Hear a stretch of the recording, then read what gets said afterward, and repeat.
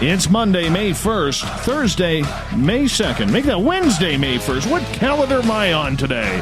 Wednesday, May 1st, Thursday, May 2nd. If you're on the East Coast, across the pond, or down under. And this, my friends, is Spaced Out Radio.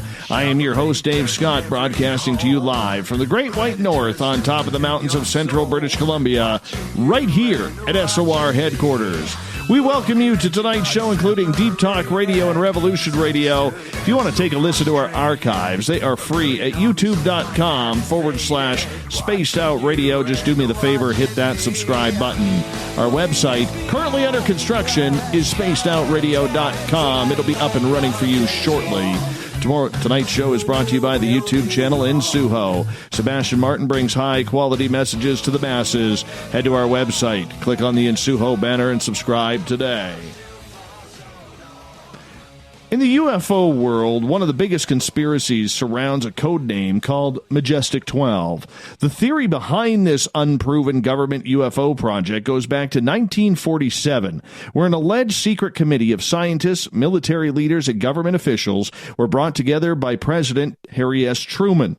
The premise was to facilitate recovery and investigation of alien craft. Looking into this intriguing tale is Tom Whitmore. Tom has been a member of MUFON since 1990 and has served as a state section director of San Antonio, Texas, and has also served on MUFON's board of directors since 1995 and currently serves as MUFON's treasurer.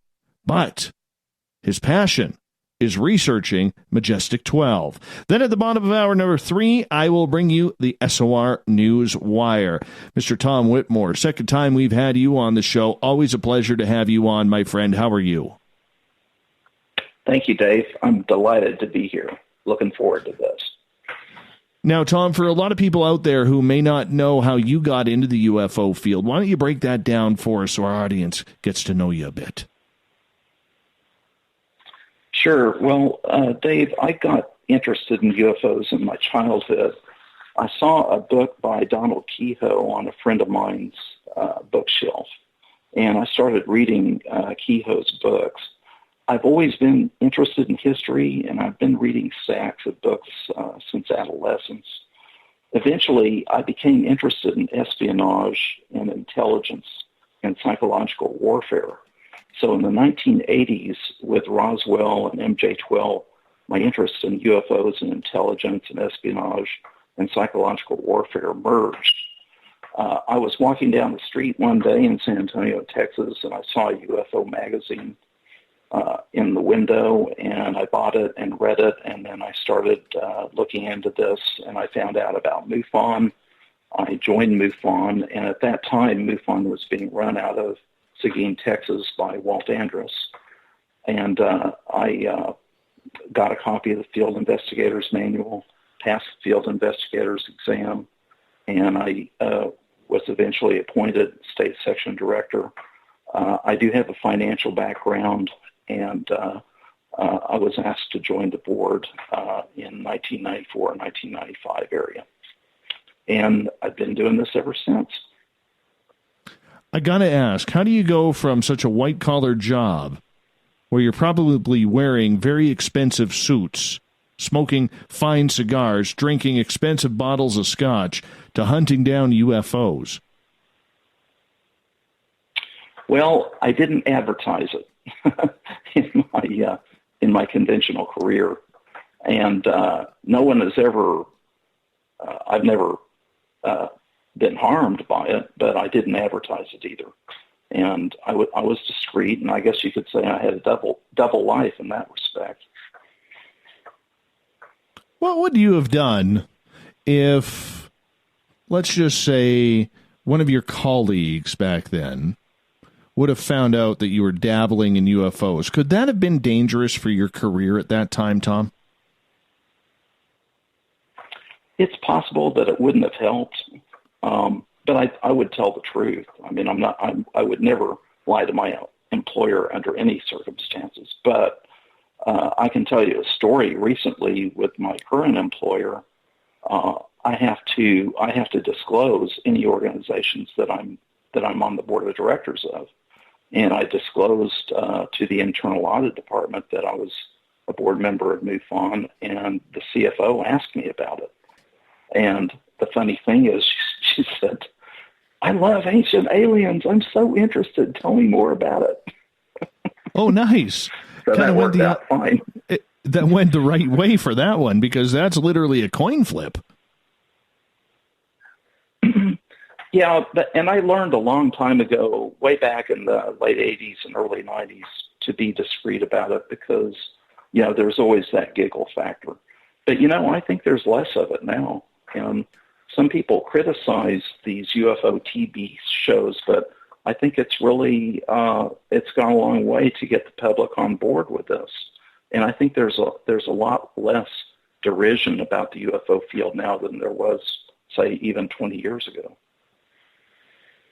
Well, I think the direction that ufology has taken, Tom, especially since December 2017 when the New York Times article came up, I think it's really opened up this story from laughingstock to maybe there is something there. And I think that's a good thing for all of us in this field for ufology.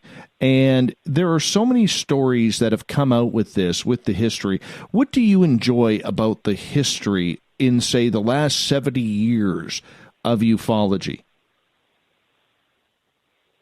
Well, when I started out being interested in the UFO field, I was intrigued with the sightings, naturally, and I was intrigued with sightings when I first got into MUFON. But gradually, like I explained earlier, Dave, I do have an interest in history in general, political history and espionage, intelligence work, psychological warfare. So I'm particularly interested and intrigued with UFO history from 1980 onwards. And when we talk about MJ-12 a little bit more later, I do want to talk about the 1970s because some very interesting things were going on then that I think, if not directly related to the MJ-12 affair, were certainly a background and a precursor to it.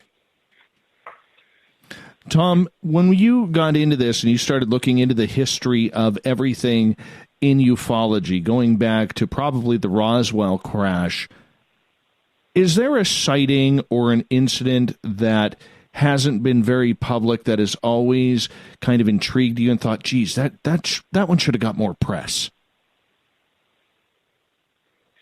Well, I think the main ones have been fairly well recognized. I was particularly struck by the Flatwoods Monsters case myself. There was a tremendous amount of activity in New York State with the so-called night siege segment where we had these crescent-shaped craft. And I know that Dr. Hynek was involved in that investigation. I'd like to hear more about that in the public realm because that was really a significant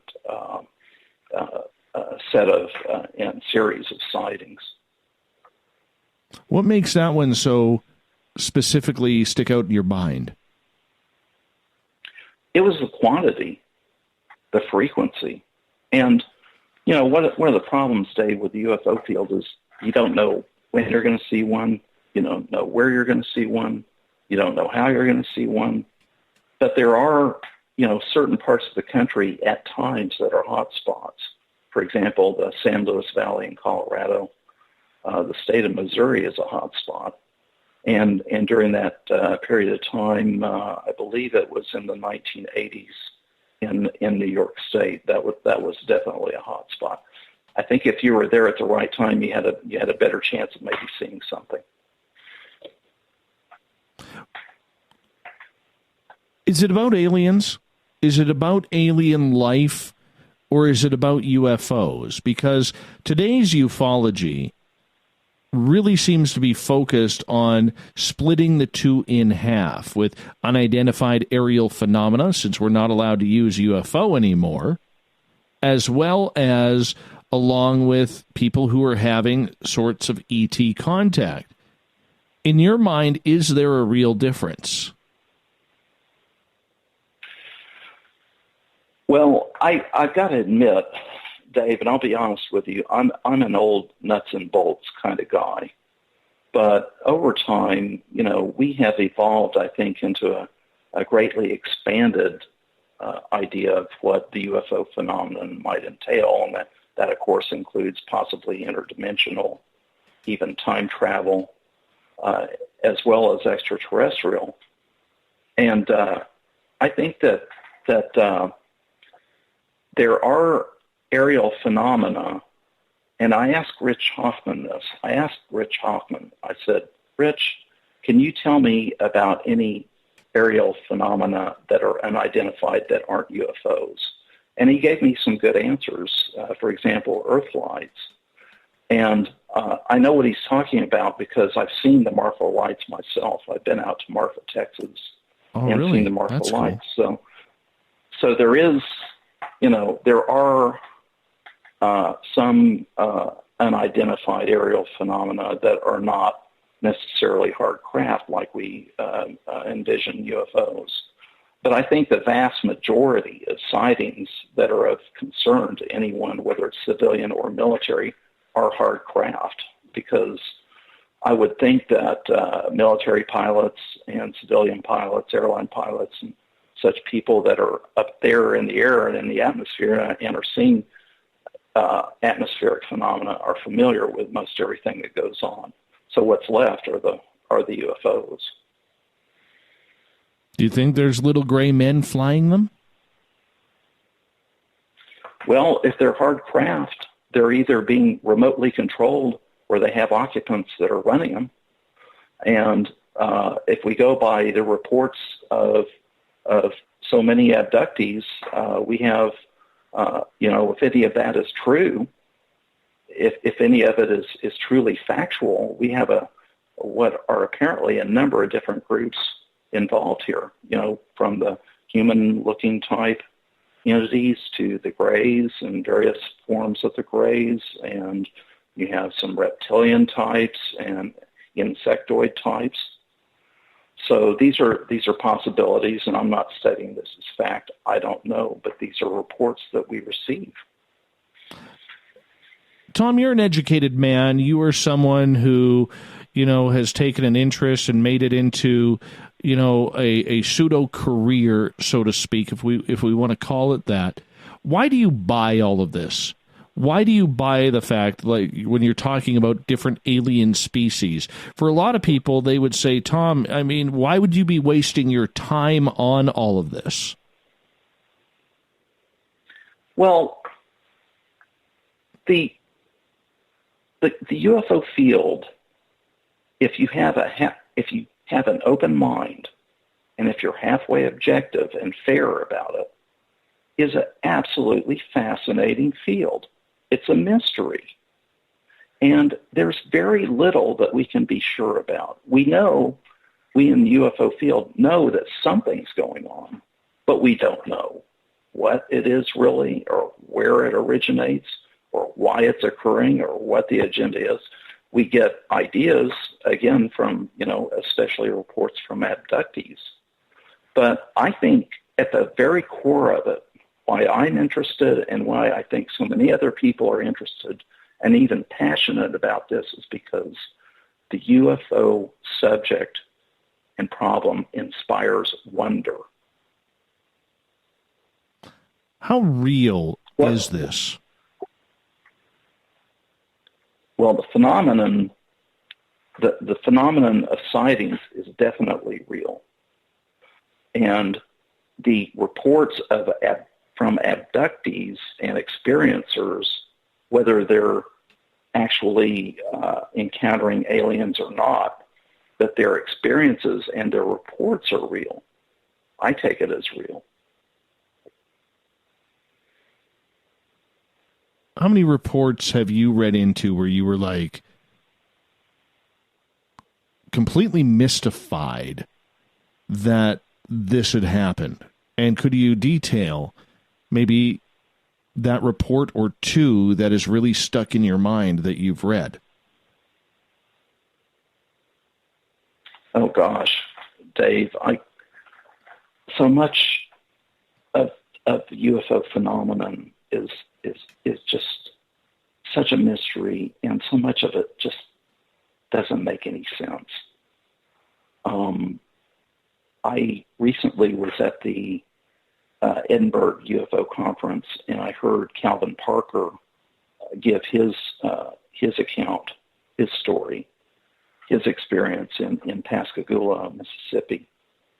And here he is fishing and encounters one being that looks a lot like the robot on The Day the Earth Stood Still, and then a female that is trying to soothe him and calm him down. I mean, how bizarre can you get? Encountering a mechanical-looking robot-type creature. And I wasn't really prepared for this question. I'd have to dig a little further to give you more examples. But I think Jacques Vallée has pointed out very well, and he's pointed out several cases in which experiencers run across these entities, and you go back in history, and they may have been considered to be fairies or gnomes or trolls or leprechauns or whatever. This is bizarre, but it's a phenomenon that has run through history. You yourself, though, have never been taken or had that experience. Nope, and I don't want to. Are you sure? Yeah. Come on. I don't want to see a UFO. Come on. Come to our side. Be one of us, man. I'll tell you what. I'll listen to your stories, okay?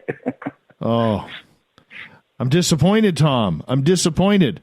Now, the other thing that I am going to bring up here, as we got about 5 minutes to go to break here, Tom Whitmore talking Majestic 12 tonight on Spaced Out Radio.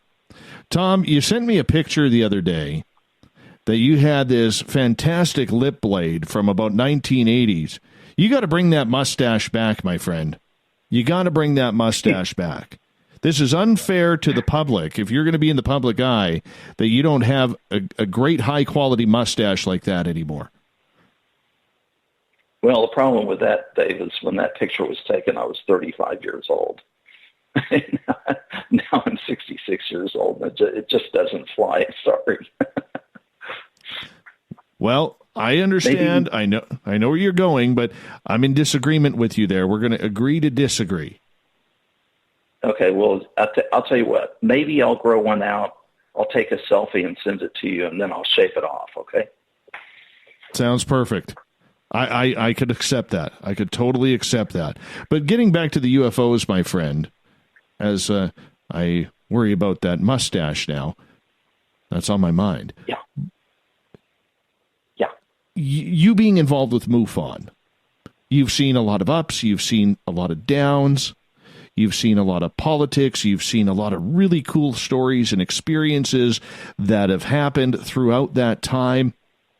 Would you trade it in for one experience that would give you the true meaning of what is going on? Well, it depends on what that experience would be, but I wouldn't trade it in given the experiences that I've had in MUFON, and I'll tell you why. I like my life. I feel like I've got a good system going. I've retired from my full-time job almost completely. I'm just working a few hours remotely for the company now, and I'm getting ready to sail off into the wild blue yonder, so to speak. I like my life the way it is, and I don't want a big transformation or change. So I'm happy with the experiences that I've had with MUFON, with the organization, the people that I've known, the friends that I've made, the knowledge that I've been able to acquire, and the experience and the perspective. And I'm fine with it.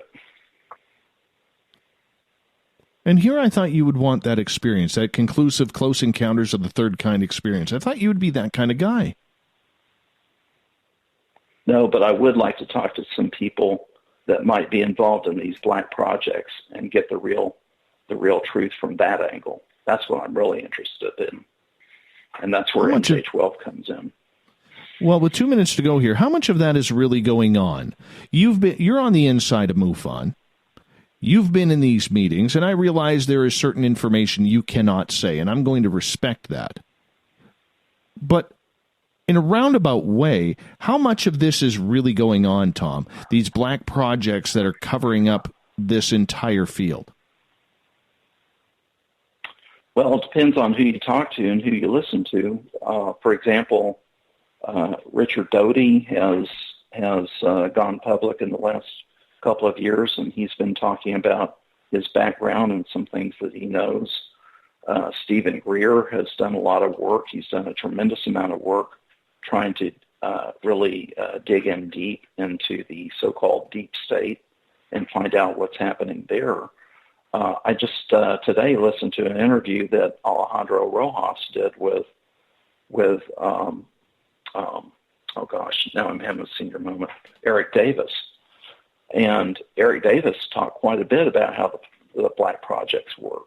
And if he's to be believed, and I don't have any reason to disbelieve him, there are at least some black projects going on or have been going on in this area.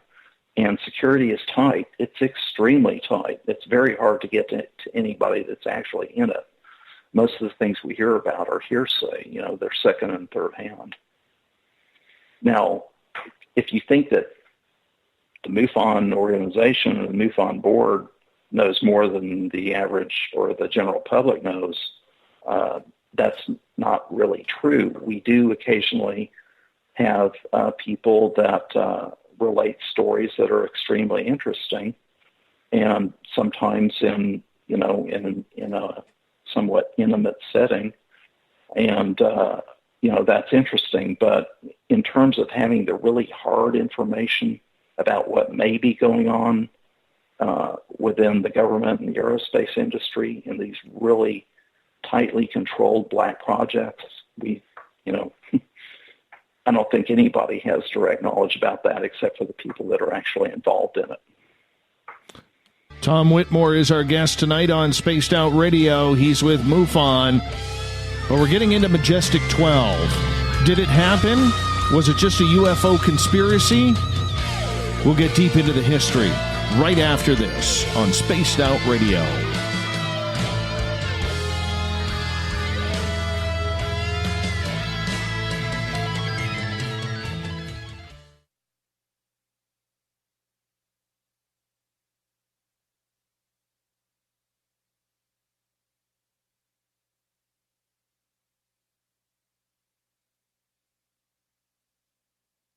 Heading to Vancouver and looking for a night on the town? The Moose Vancouver is the bar that never stops rocking until 2 a.m. every night. The Moose has great food with everything on the menu from $6.95 to $8.95. Fantastic, vibrant staff and rock and roll that will bring you back to when the music was real, the hair was long, and the guitars were rocking.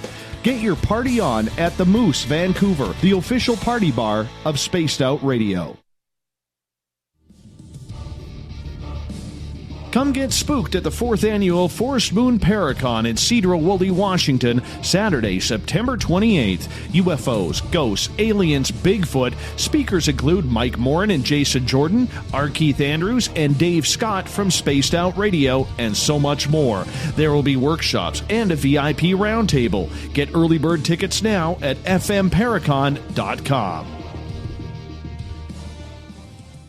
A timepiece is a reflection of who you are, and what better way to show off the real you than with an Escape watch? Escape is a lifestyle brand accessorizing your days and nights. Choose to escape and create the life of discovery that you deserve. Dream, play, unite with your own personalized Escape watch. Head to escapewatches.com. There is no time like the present to enjoy your escape. Use promo code SMF2017 for your 20% discount today. Visit purpleplates.com today. For over 40 years, the Purple Energy Plates have been delivering amazing results for their many customers. Inspired by the great genius Nikola Tesla, the harmony, healing, and energetic effects of the plates have proven over and over to be beneficial and often miraculous to thousands of customers. Check their site for daily specials and choose from their many energy products. You won't be sorry. Visit them today at purpleplates.com. You hear footsteps in the empty room above you. A rocking chair begins rocking by itself. Don't be afraid of the things that go bump in the night. Reach for Spirit Storybox, the iPhone app the Huffington Post UK called the only ghost hunting app you will ever need. Spirit Storybox. The spirits are telling their stories. Are you listening?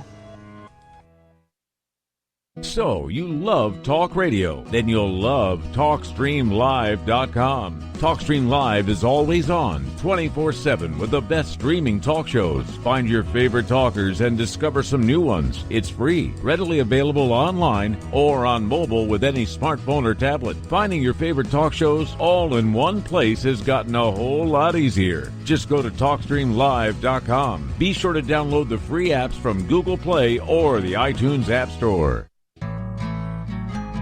Looking for a place to advertise at a very reasonable cost? Look no further than Spaced Out Radio. SpacedOutRadio.com has an advertising tab that you can click to check out our daily, weekly, and monthly packages to play on the radio, or our website including social media. From commercial spots to banners, we have it all. Check out our competitive pricing today.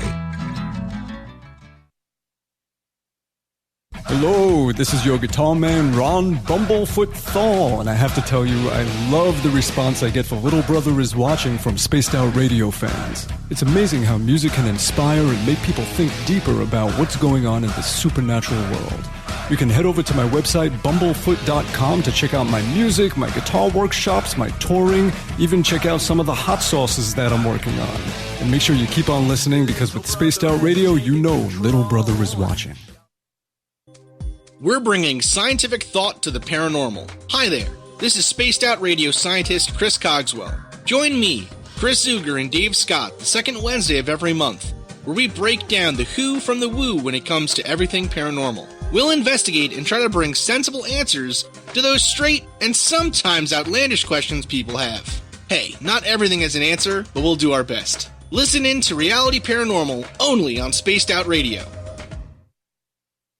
Did you know Spaced Out Radio runs 7 days a week? Hi there, this is Tessa Nicole Thomas, and I'm here to take you on a paranormal journey each Saturday and Sunday night. Why change the station when you have it all right here? Together, we'll hang out and share some strange and scary stories. And don't forget, we have Psychic Sundays as well, so come tune in Spaced Out Weekend. We get going at 9 p.m. Pacific, midnight Eastern, only at spacedoutradio.com, where we own the night. Coming up this September 21st and 22nd, all UFO eyes will be focused on Toronto for the 4th Annual Alien Cosmic Expo. Come listen to some of the biggest names and experiencers in ufology. Travis Walton, Paul Hellyer, Richard Dolan, Paula Harris, Grant Cameron, Randy Kramer, and Spaced Out Radio's own Dave Scott. Tickets are on sale now at aliencosmicexpo.com. Coming soon to our website, spacedoutradio.com, is the SOR Space Travelers Club. For just $5 a month, you can get into a private area on our site where you can hang with other listeners in our chat room, post in our forum, and check out a bunch of exclusive content and store that won't be found anywhere else, including a nightly after-show party with Dave. It's going to be the best $5 a month you're going to spend. The SOR Space Travelers, only at spacedoutradio.com. Are you tired of being blocked, shadow banned, or placed in jail for simply posting your thoughts on social media? Social Media Freedom can take care of that for you. Social Media Freedom is the newest and one of the best free new apps that allows you the freedom to post what you want when you want. It takes seconds to download from your app store. Come join the tribe at Social Media Freedom. It's time to set yourself free. Are you intrigued by Paranormal Talk Radio? You'll love the new Paranormal Radio app from TalkStream Live. You'll find a great selection of talk shows covering UFOs, ghosts, strange phenomena, and much more. Download the Paranormal Radio app now and start listening to the very best in paranormal talk entertainment, including the network you're listening to right now, the Paranormal Radio app, free in Google Play and the iOS App Store.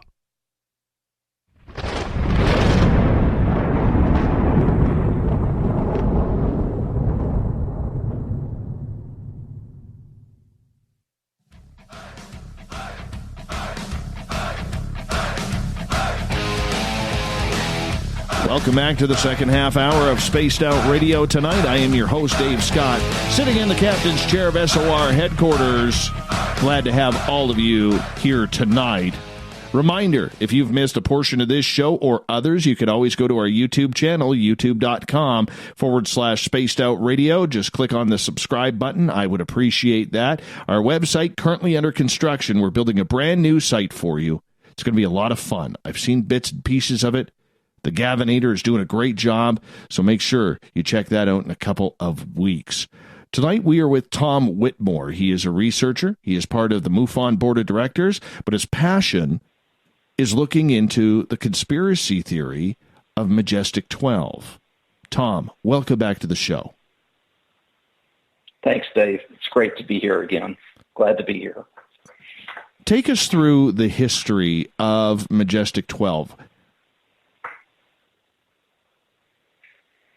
The whole thing started in around 1980. And at that time, Stanton Friedman and William Moore began investigating the Roswell incident. And William Moore, along with Charles Berlitz, published a book called The Roswell Incident. William Moore was giving radio interviews to promote the book, and he received a phone call inviting him to meet with, I guess, an anonymous person. This turned into a relationship between William Moore and the Air Force Office of Special Investigations. William Moore was interested in developing contacts inside the government that could help him get to the root of the truth of the problem of the question about UFOs and about the Roswell incident. In doing that, he ended up engaging in a variety of activities, including some work that was related to some communication with Russian UFO researchers and other activities. Now, the part of the theory is that there was a quid pro quo, and that was if William Moore would do certain things on behalf of AFOSI, that he would be rewarded with certain information. Now, I'm not saying that AFOSI promised this, but this is kind of a relationship that occurred. Without going into tremendous detail into everything that went on, in 1984, William Moore's research partner, Jamie Chandray, received a packet in the mail, which was a film, I think 35 millimeter film of documents that have become known as the MJ-12 documents. And those documents included what's called the Eisenhower briefing document, the Truman Forrestal memo, and in addition, at a later time, they recovered from the National Archives what is known as the Cutler-Twining memo. Moore and Stan Friedman and Jamie Chandray researched the background and the content of the documents and the forensics involved for quite a while, actually for about 3 years. And it wasn't until 1987 that apparently the same set or subset of those documents were offered to Timothy Good, in the UK. And here's another little fact that a lot of people may not be aware of, but Jenny Randles, who was a UFO researcher in the UK, was also offered the documents, and she turned it down. Meanwhile, Timothy Good decided to go public, and at that time, Bill Moore's hand was called, and he had to go public as well. So in 1987, the documents were released to the public. It did cause something of a stir. The FBI investigated it. They checked with the Air Force. They checked with several agencies, and no one claimed it. That is, I think, the primary sequence of events in the MJ-12 affair. How did William Moore get those notes and that information? Because this must have been, if true, more top secret than anything in regards to the nuclear programs that were going on back in the day. Well, if true, I mean, the thing is, Dave, I'm going to use a lot of language that involves things like if and opinion and speculation and conjecture, maybe, possibly, probability, which is a subjective probability, and theory, and I mean that colloquially, not scientifically. And we have to, I think we need to realize that the documents that were provided to William Moore and that have been repeatedly coming into the public domain, you know, in the 1990s and in the 2000s, and I believe almost up to the present day, that very little, if any, of those documents can be confirmed to be authentic. And I want your listeners to understand that I am not advocating that these documents are authentic. And when the Eisenhower briefing document came out and these other documents, researchers pored over them and they analyzed them, and they almost certainly are not authentic. Now, does that mean that the MJ-12 group never existed or doesn't exist? No, not necessarily. Or the MJ-12 group may have had a different name, or it may almost certainly have a different name now if it exists. But the word, probably the most important word in all this is if, IF. If there was a saucer crash, if there was a craft and bodies recovered in Roswell, then almost certainly some kind of group was formed to handle the situation. And whether it was called MJ-12 or whether it was called Majority 12 or whatever, you know, almost certainly that would have happened. Could you not say the same thing about the alleged Greada Treaty with President Eisenhower at Holloman Air Force Base meeting up with extraterrestrials? Well, I mean, it's an intriguing scenario, but these things are in the realm of rumor and legend. Our problem is we don't have any confirmation from a government source. For example, no MJ-12 document has been confirmed from a government source, like through the Freedom of Information Act. The kind of thing that John Greenwald is so brilliant at doing is extracting documents, you know, from the government sources. We don't have that. What we have are documents that have been introduced through the back door, so to speak, that have arisen anonymously. For example, the Psalm 1-1 crash retrieval manual was received by Don Berliner in very similar circumstances to the original MJ-12 documents. He received a packet in the mail that was postmarked from Wisconsin, and it was a film of this document, the Psalm 1-1 document, which, by the way, you can you can pull up on the Majestic.com website.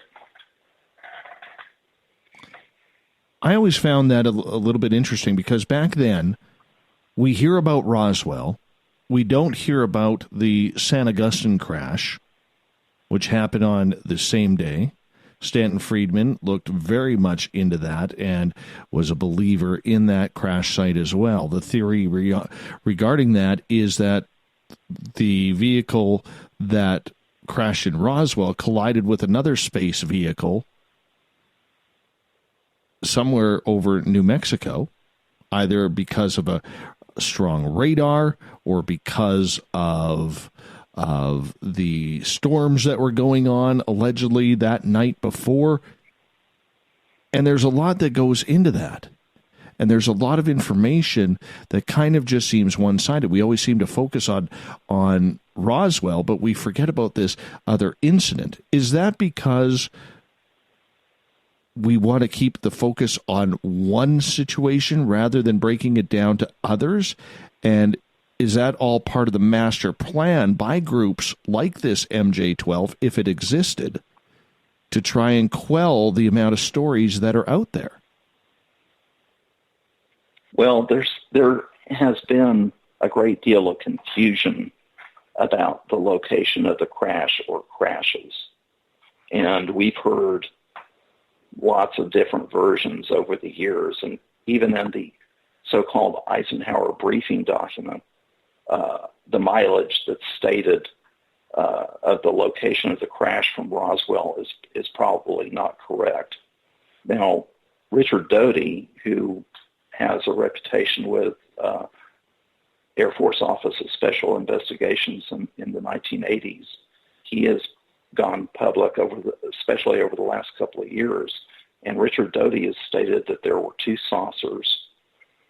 One crashed near Corona, New Mexico, and the other one was not recovered until several years later, I believe in the 1950 to 1952 time frame, and it was recovered at a location that Richard Doty calls or refers to as Horse Mesa, and that is in New Mexico. Now, I've looked that up on the map, and if I'm looking at the correct place, it's almost in the middle latitude of New Mexico in the far western part in the Gila National Forest.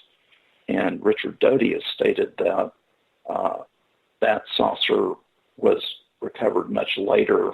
The bodies were, completely, or more decomposed, and that was the scenario that he's outlined with the two saucers. And I remember in the 1990s and the early 2000s how much confusion there really was about the alleged location of the crash or crashes. So looking at those crashes, is that what really started to tip all of this off with Majestic 12? Was the Roswell crash and potentially San Augustine as well? Or was there more to it? Was there ET contact or other sightings the military was investigating with all the Foo Fighters during World War II? Well, there are a number of different possibilities, but I'd like to draw an analogy, Dave. Sure. Let's say that I want the world to know that you went to the grocery store on Tuesday at 7 p.m. and I forge a letter purportedly from you to another person, and in that letter, one of the things that is said in the letter is that you visited the grocery store at 7 p.m. on Tuesday. The letter itself can be forged, but the fact can be true. And one of the fascinating lines in the Eisenhower briefing document is that in the instance that the information should become public, they have contingency plans that would be implemented. So if there is an MJ-12 or an MJ-12 type group, believe you me, if things get out of control, there are contingency plans. What are those contingency plans? Well, I'm not there. I don't know. But they think of how easy it is to discredit someone. You know, you or I or anyone can be discredited easily. Very simply. And that I think is the first step. But I think the military routinely has cover stories, not necessarily for UFOs, but if there are sensitive things like nuclear weapons, classified aircraft, classified projects, and if somehow civilians were in a position to see something they shouldn't have seen, or maybe there's a plane crash or something, they have cover stories. They may debrief the civilians that have witnessed it. May even be asked to sign non-disclosure agreements. Who knows? But there are all kinds of things, and I personally believe that this is where principles of psychological warfare come in. But I believe that as a population in the United States and elsewhere, that our perceptions are managed, and they're managed when it comes to politics, and when it comes to policies. They're managed when it comes to national security, and our perceptions are possibly being managed about UFOs. Tom Whitmore is our guest tonight on Spaced Out Radio. We're talking Majestic 12. We got about 4.5 minutes here before we got to go to break, Tom. In regards to the history of everything that's gone on, and this put together with scientists, government officials, how secretive was this Majestic 12 group, and how many members were there, allegedly? Well, and again, this is assuming that it existed, okay, that it happened. And again, if there was a saucer crash like Roswell or something similar, and a secret group was formed, there were very possibly 12 people. There's another interesting sidelight to this, and that is a term that Brigadier General Arthur Exxon mentioned, I believe, to Kevin Randall and Don Schmidt. But he mentioned a group called the Unholy 13. And I think Kevin Randall, in his wonderful book, Case of Majestic 12, he mentioned that there could be certain people at the top levels of government that could have been members of this group. And I sat down and I wrote down some of the names that he mentioned in his book, and you can add one or take one away, or include Truman or not include Truman, and you're very close to this Unholy 13 list. And I can read it off to you, but most of them are top government and military people that were there, in office in the government or in the military during that time period in 1947. And about half of the people on this Unholy 13 list that I have speculated on are on the MJ12 list. Could you give us a couple of those names? James Forrestal, Stuart Symington, George Marshall, Hoyt Vandenberg, Rear Admiral Sidney Sowers, Rear Admiral Roscoe Hillenketter, Vannevar Bush, General Martin F. Scanlon, General Nathan F. Twining, Kenneth C. Royal, Thomas T. Hardy, General Carl Spaatz, General Dwight Eisenhower, and George Kennedy. These were all top people in the government at the time. How did any of their secretaries or their personal assistants not know about this? Oh, they did. They would. They would. In fact, some of the documents that Timothy Cooper has received, he may have come from a secretary in the CIA.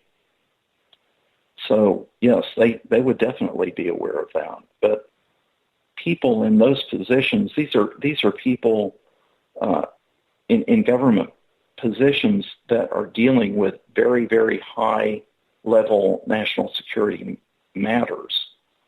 So I would think that secretaries that are associated with them are cleared for security. You know, they have security clearances, and they take their jobs very seriously. But very few in general were in the know. Well, there are very few people anyway in the know. You know, there are very few people that knew everything. Very few. I would love to be in that inner circle, Tom. I'm not going to lie, as we got about 30 seconds left. That would be... Wouldn't we all? You know, and leading into the next hour, I would like to know, what do you think was discussed in those meetings? Was it just the retrievals? Yeah. Was it, you know, dealing with alien life? Were they putting those together at that time? Yeah. Oh, we can talk about that. And I've got some ideas I can share with you. For sure. Tom, you hold on. We're going to go to break here at the top of the hour. Tom Whitmore is our guest tonight on Spaced Out Radio. He is one of the directors of MUFON in the United States, and he is also a researcher into the history of the UFO conspiracy called Majestic 12. We'll find out a lot more about MJ12. So stay tuned. We're going to go deep into it in hour 2.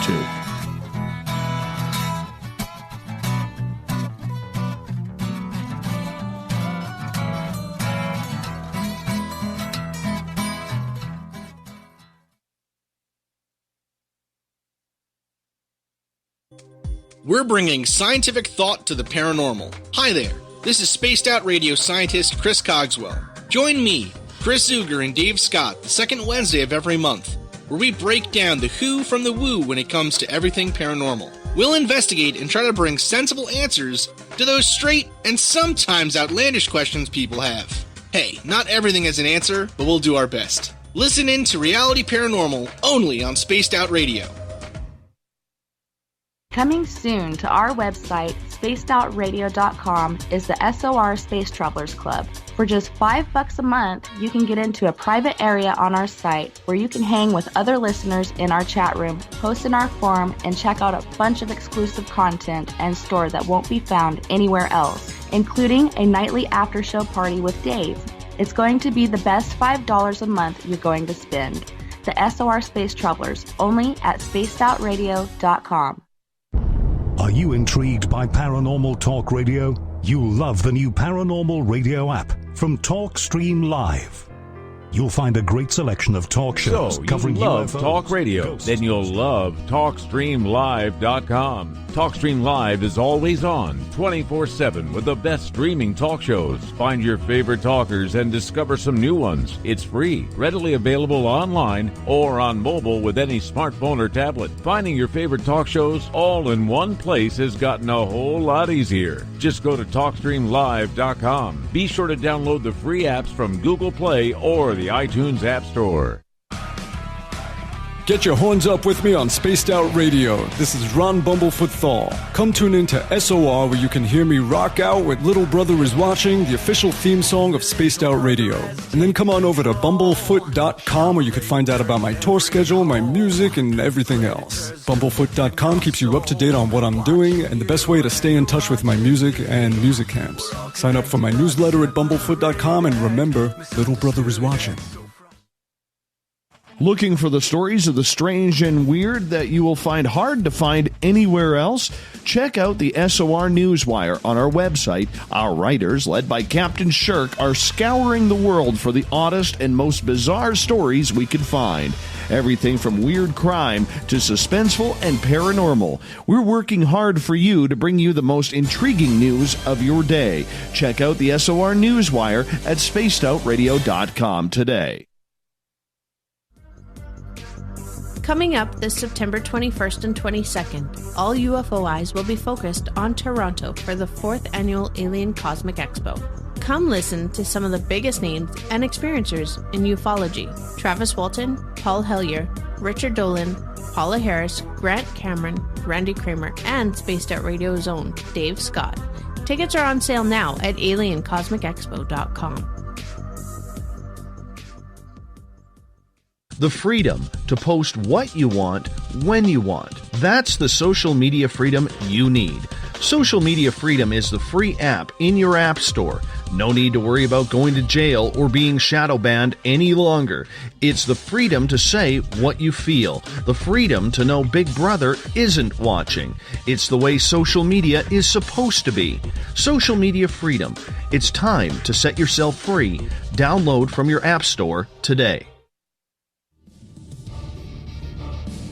Come get spooked at the 4th Annual Forest Moon Paracon in Cedar Woolley, Washington, Saturday, September 28th. UFOs, ghosts, aliens, Bigfoot. Speakers include Mike Morin and Jason Jordan, R. Keith Andrews, and Dave Scott from Spaced Out Radio, and so much more. There will be workshops and a VIP roundtable. Get early bird tickets now at fmparacon.com. The Call of the Wild is in Vancouver. The Moose Vancouver is one of the hottest bars and restaurants in the city. Open until 2 a.m. nightly, the Moose will rock you like a hurricane all night long. Great food with everything on the menu at $6.95 near the corner of Nelson and Granville. Get your horns up and come rock with us. The Moose Vancouver, the official rocking bar of Spaced Out Radio.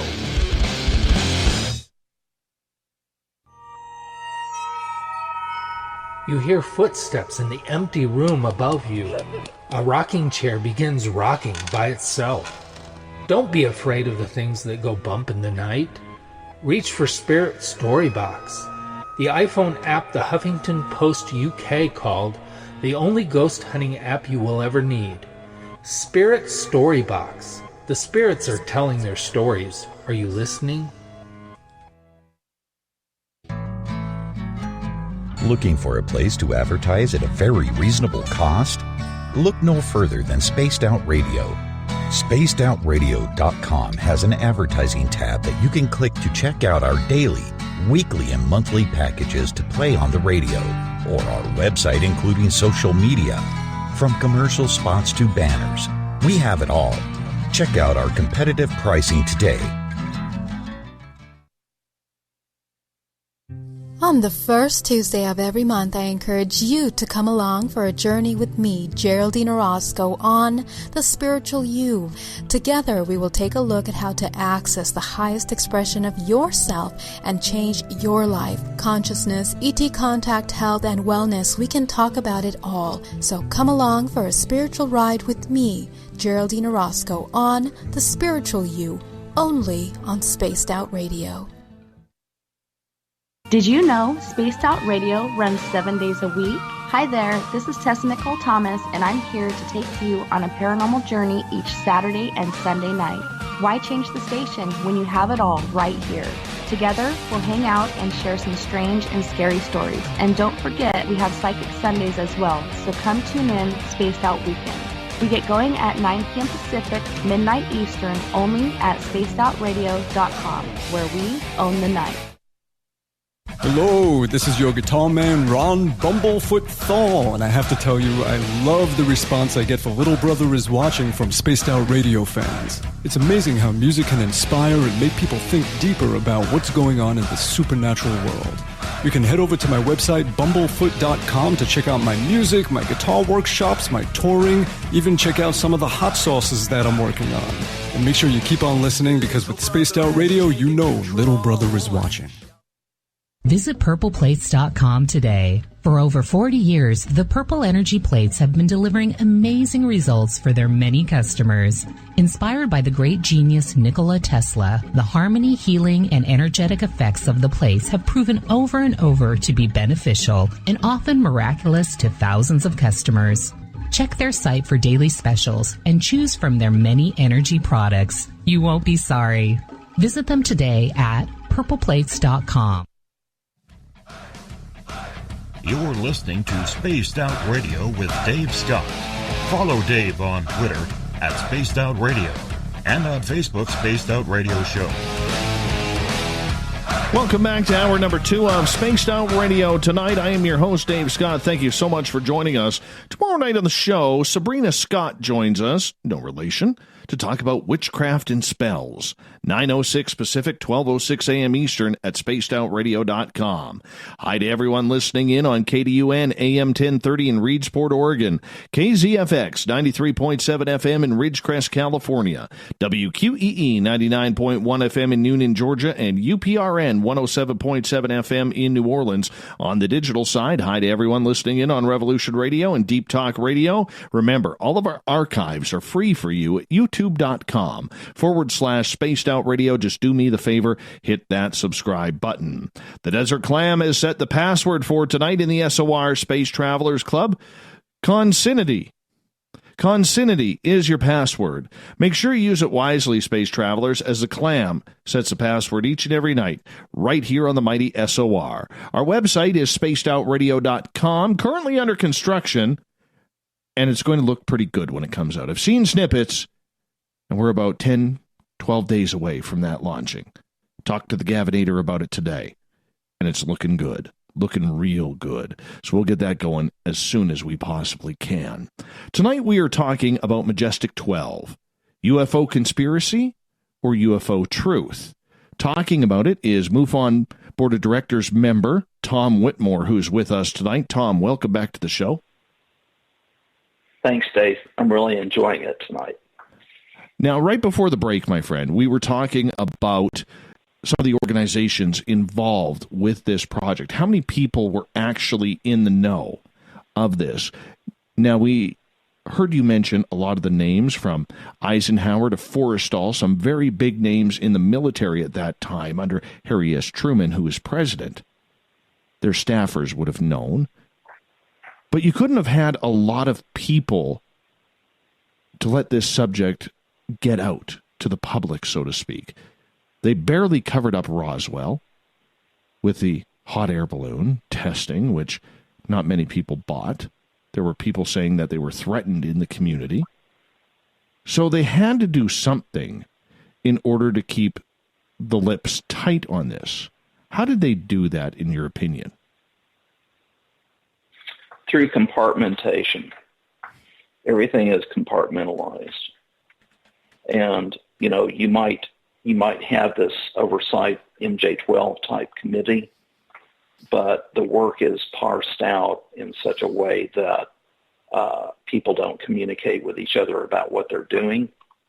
And then I think on the military side, if you have a crash retrieval situation, you have special groups, most likely within the military, that would immediately or get there as soon as they can and start controlling the situation.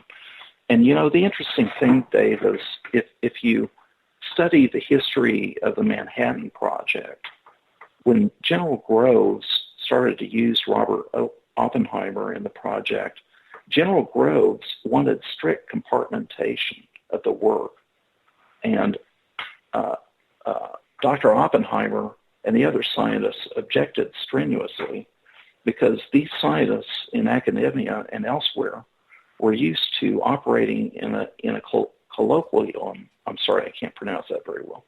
You probably know what I mean, a colloquium.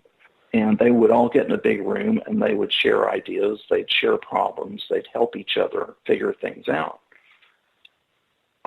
If what we've been hearing is true, that has not been the case with the back engineering and the study of any recovered craft and bodies.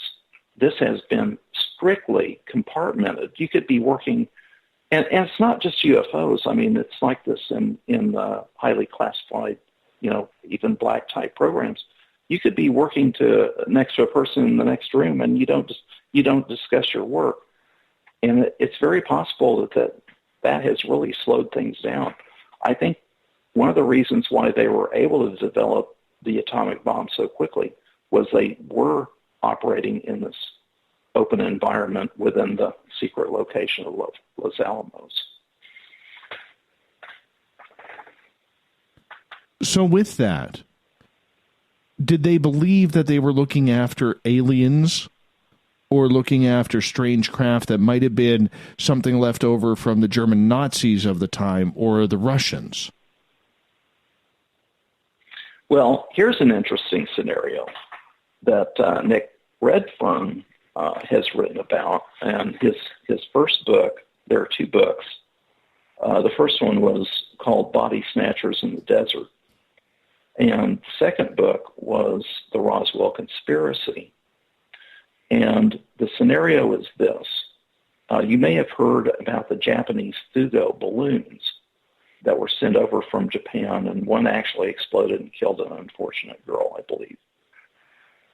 The Japanese may have been developing larger, more dirigible type balloons that would be piloted by one pilot, and they could be directed at a target to cause damage. The scenario that was outlined in Nick Redfern's book was that there was one of these larger type balloons and possibly a planform vehicle attached to it. The balloon exploded and the planform vehicle crashed to the ground. Now, the idea being that you have a planform type vehicle glider attached to the balloon, and it's released and, with its explosives, and it hits the target to cause the damage. The speculation, the possibilities have been that there may have been Japanese prisoners of war in there. There may have been malformed children in there. Now, I'm not saying this is true, but this is an alternate scenario. I was so intrigued by that I started thinking about, we always hear about Project Paperclip and the German scientists coming over. And the U.S. government went to a great deal of trouble to bring over every German scientist they could help, develop our technology and rockets and jets and so on and so forth. But you never hear about the U.S. government bringing over any Japanese scientists. And I was intrigued by that question. And last summer, I was at the MUFON Symposium in New Jersey, and I went south with my dear friends Rob and Sue Switek down to D.C., and I stayed in D.C. for a day, and I went to the National Archives, and I got my researcher's card, and I got oriented and everything, and I actually was able to identify a box of documents that were tied. The subject line in the National Archives records was usefulness of Japanese scientists.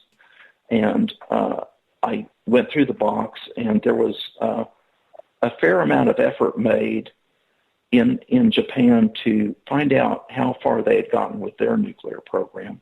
And I was able to take the summary document, the summary report document, which is a one-page memo, and I copied that, and I have that in my files. So to answer your question, that is an alternate scenario, but it's not German, it's Japanese. Were they concerned about other countries' technology as much as they were about alien technology? You mean after Roswell? Or after World War II? In that entire timeline, because, let's face it, we're getting into the start of the Cold War, and there's a lot of tension still in the world after World War II. Oh, yeah. They were... If we had Roswell and if we had an MJ-12 type group, that whole effort was so compartmented and separated from everything else. And the regular conventional U.S. government was, in military and national security apparatus, National Security Council, they were all extremely concerned, mainly with Russian technology. And obviously, the Russians got into space before we did. That caused a huge ruckus. And I know that the U.S. government went to a great deal of trouble to develop the U-2 spy plane and the SR-71, and they developed an unmanned drone that also went over China. So they were paying very, very close attention to the level of Russian technology. And I think, we we probably just want to remember that if there was a saucer recovery program, that it was totally separate and compartmented from everything else. At what point did they have a fear that there were aliens potentially coming to invade? Was that right off the bat with Roswell, or were there other signs? You know, we can only speculate, but if this happened, if you can imagine recovering a strange craft and recovering what are apparently alien entities, and one of them maybe even being alive, they have kept so quiet about it, and they have controlled the information so strictly that we really have to engage in a little bit of imagination and role-playing to think what it must have been like for the people that were the authorities in this to think through the problem. I mean, we're talking 1947 and during the Cold War, but I think it would have been extremely upsetting to the people that were having to deal with it. Don't you? I think so. But I want to read a comment here from Dale in the SOR Space Travelers. I'm going to kind of push it towards a question. He says, back then, nobody really gave a crap about alien technology because there wasn't any. This was all human engineering. Who knows that we had stealth technology in the 1950s? What do you think about that, Tom? Well, you know, we're always hearing that the technology is 20 years ahead of us or more. And I'm sure there was some stealth technology in the 50s. And again, there's a separation here. If there was a group that was working on back engineering these saucers, it's a totally different program and scene from what even back in the 50s would have been advanced technology in a conventional sense. So do you think then that what we did find, whether it was a saucer or human tech, whether it was Kecksburg, whether it was Roswell, that it was human and not alien?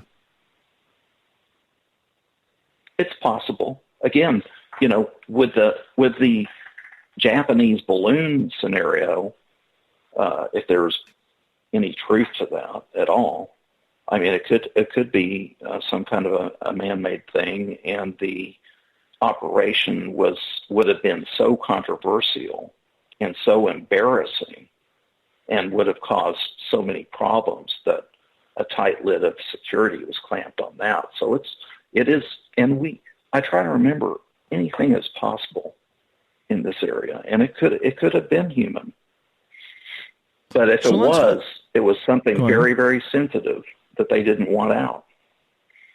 Let's fast forward to the 1970s, because that's when I believe you said in the second half hour of the show that it really started to heat up with information with William Cooper, Stanton Friedman, and so on. What made this entire topic heat up in the 1970s? Well, there was a UFO flap in 1973. But here are the important things that I see, Dave. There was the Robert Emenegger saga in 1972 and 1973. Robert Emenegger was a person from an advertising background, and he teamed up with a man by the name of Alan Sandler. They, I believe, were invited to a function of the committee to re-elect the president during the Nixon presidency. They were later, they were requested to produce a documentary about UFOs, and they were promised some very, very spectacular information. They visited the Air Force Audio Visual Service in Norton Air Force Base in San Bernardino, California.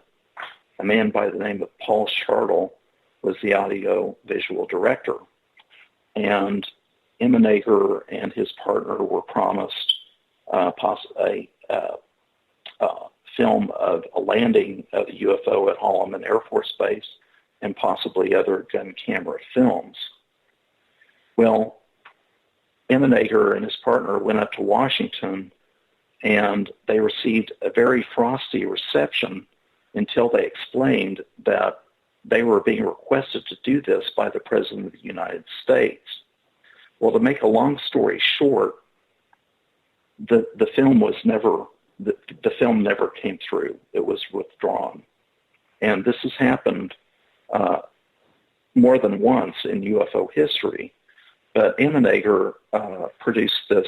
They produced these documentaries called UFOs Past, Present, Future, and UFOs It Has Begun. Those aired in 1974, 1976, and 1979. In 1977, we had Close Encounters of the Third Kind, and I don't have to tell you or anybody else how important that was in terms of public consciousness about UFOs, and it had the famous scene where you had American personnel walking onto the UFO craft and going off with the occupants. But here's something that I think is extremely interesting, and I'm really surprised that this hasn't received more attention. And I want to give a big, big shout out and thank you to UFO R&D Board on Twitter, and he helped me find this. But in U.S. News and World Report, in a column called Washington Whispers of April 18, 1977,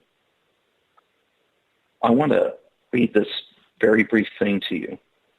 Sure, go for it.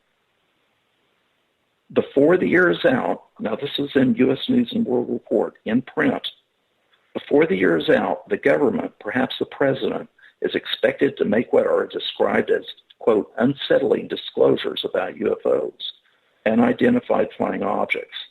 Such revelations, based on information from the CIA, would be a reversal of official policy that in the past has downgraded UFO incidents. This is a fact that this was in the U.S. News and World Report. And then at the same time, Leonard Stringfield, a very well-respected UFO researcher, had been collecting stories of crashed UFOs. And in 1978, he presented his findings at the MUFON Symposium in Dayton, Ohio. And by the way, our friend Rich Hoffman was running that symposium. They actually had 3,000 people there. So these are some of the things that preceded the MJ-12 affair in the 1980s.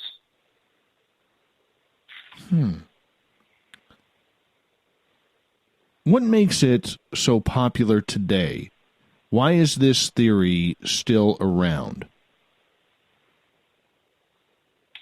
Well, because in my opinion, the affair is still going on to this day. And by the affair, what I mean by that is the introduction of documents and stories into the public domain. And in my view, this has been going on for nearly 40 years. Started out around 1980. The first mention of MJ-12 that I know of is in the so-called Aquarius Telex. And in the 1990s,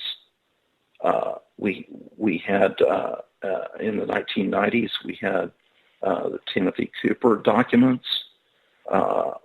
We had Don Berliner receiving the Psalm 1-1 document.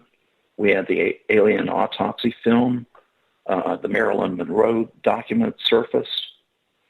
And then in the 2000-2009 area, we had the claims made by Dan Burrish, also known as Dan Crane. And we had Project Serpo in 2005. And since 2010, Michael Schratt published a pamphlet called Project Aquarius, which is information related to the claims of Dan Burrish. And in June 2017,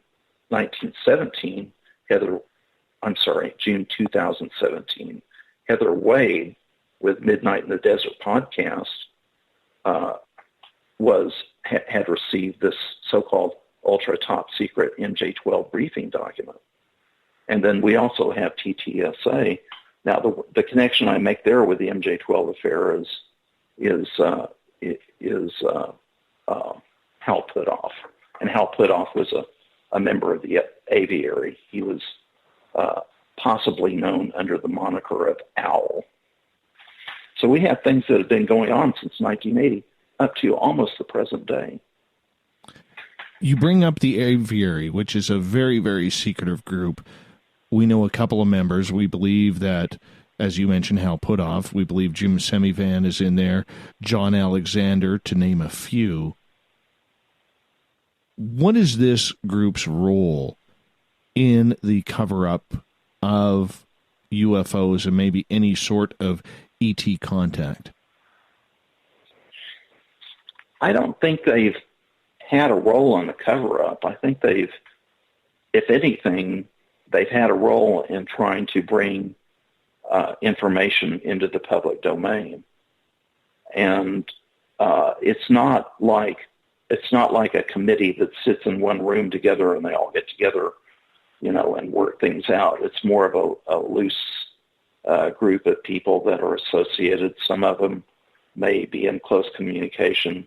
Several of them may meet, at one time at somebody's house occasionally, and some of them don't. So these were people that William Moore was in contact with, and he gave these members of the so-called Aviary these appellations, blue jay, buzzard, chickadee, chicken little, partridge, raven, seagull, et cetera, because Bill Moore was thinking cloak and dagger, and he wanted to use code names for all of these people.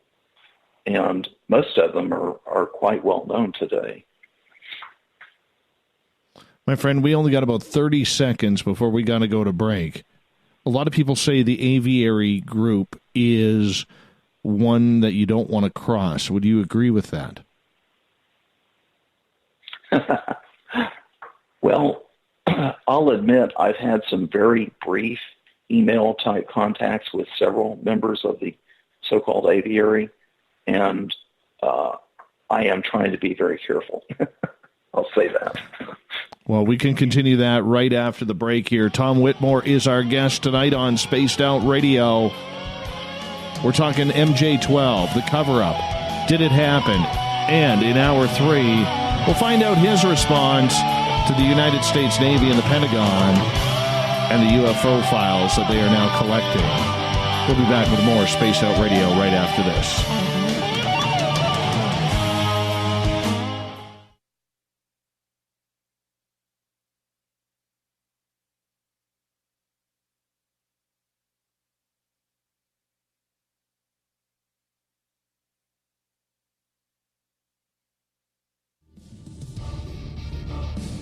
Come get spooked at the 4th Annual Forest Moon Paracon in Cedar-Woolley, Washington, Saturday, September 28th. UFOs, ghosts, aliens, Bigfoot. Speakers include Mike Morin and Jason Jordan, R. Keith Andrews, and Dave Scott from Spaced Out Radio, and so much more.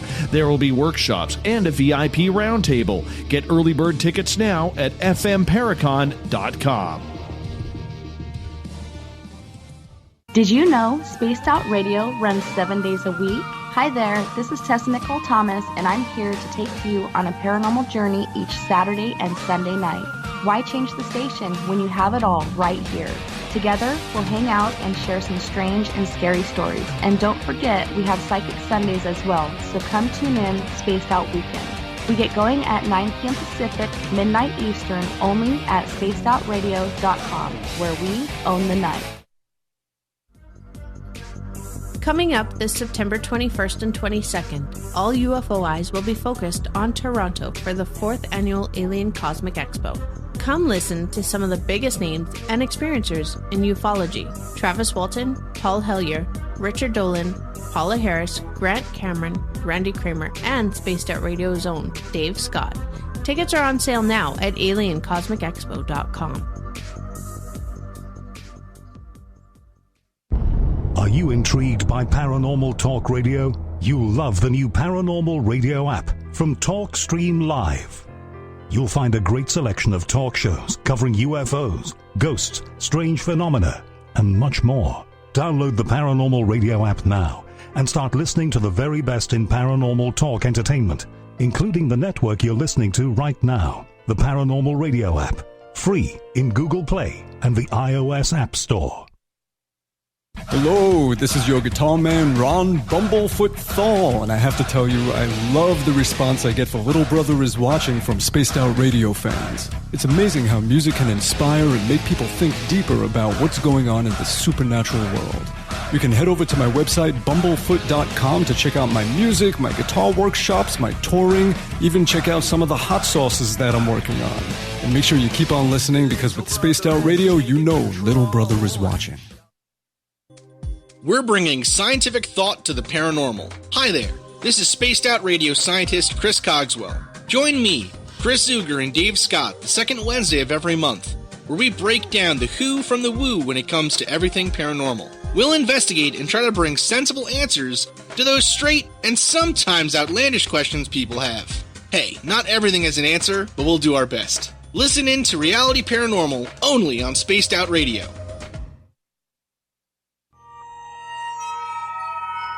You hear footsteps in the empty room above you. A rocking chair begins rocking by itself. Don't be afraid of the things that go bump in the night. Reach for Spirit Storybox, the iPhone app the Huffington Post UK called the only ghost hunting app you will ever need. Spirit Storybox. The spirits are telling their stories. Are you listening? So, you love talk radio? Then you'll love TalkStreamLive.com. TalkStream Live is always on, 24/7, with the best streaming talk shows. Find your favorite talkers and discover some new ones. It's free, readily available online or on mobile with any smartphone or tablet. Finding your favorite talk shows all in one place has gotten a whole lot easier. Just go to TalkStreamLive.com. Be sure to download the free apps from Google Play or the iTunes App Store. A timepiece is a reflection of who you are, and what better way to show off the real you than with an Escape watch. Escape is a lifestyle brand accessorizing your days and nights. Choose to escape and create the life of discovery that you deserve.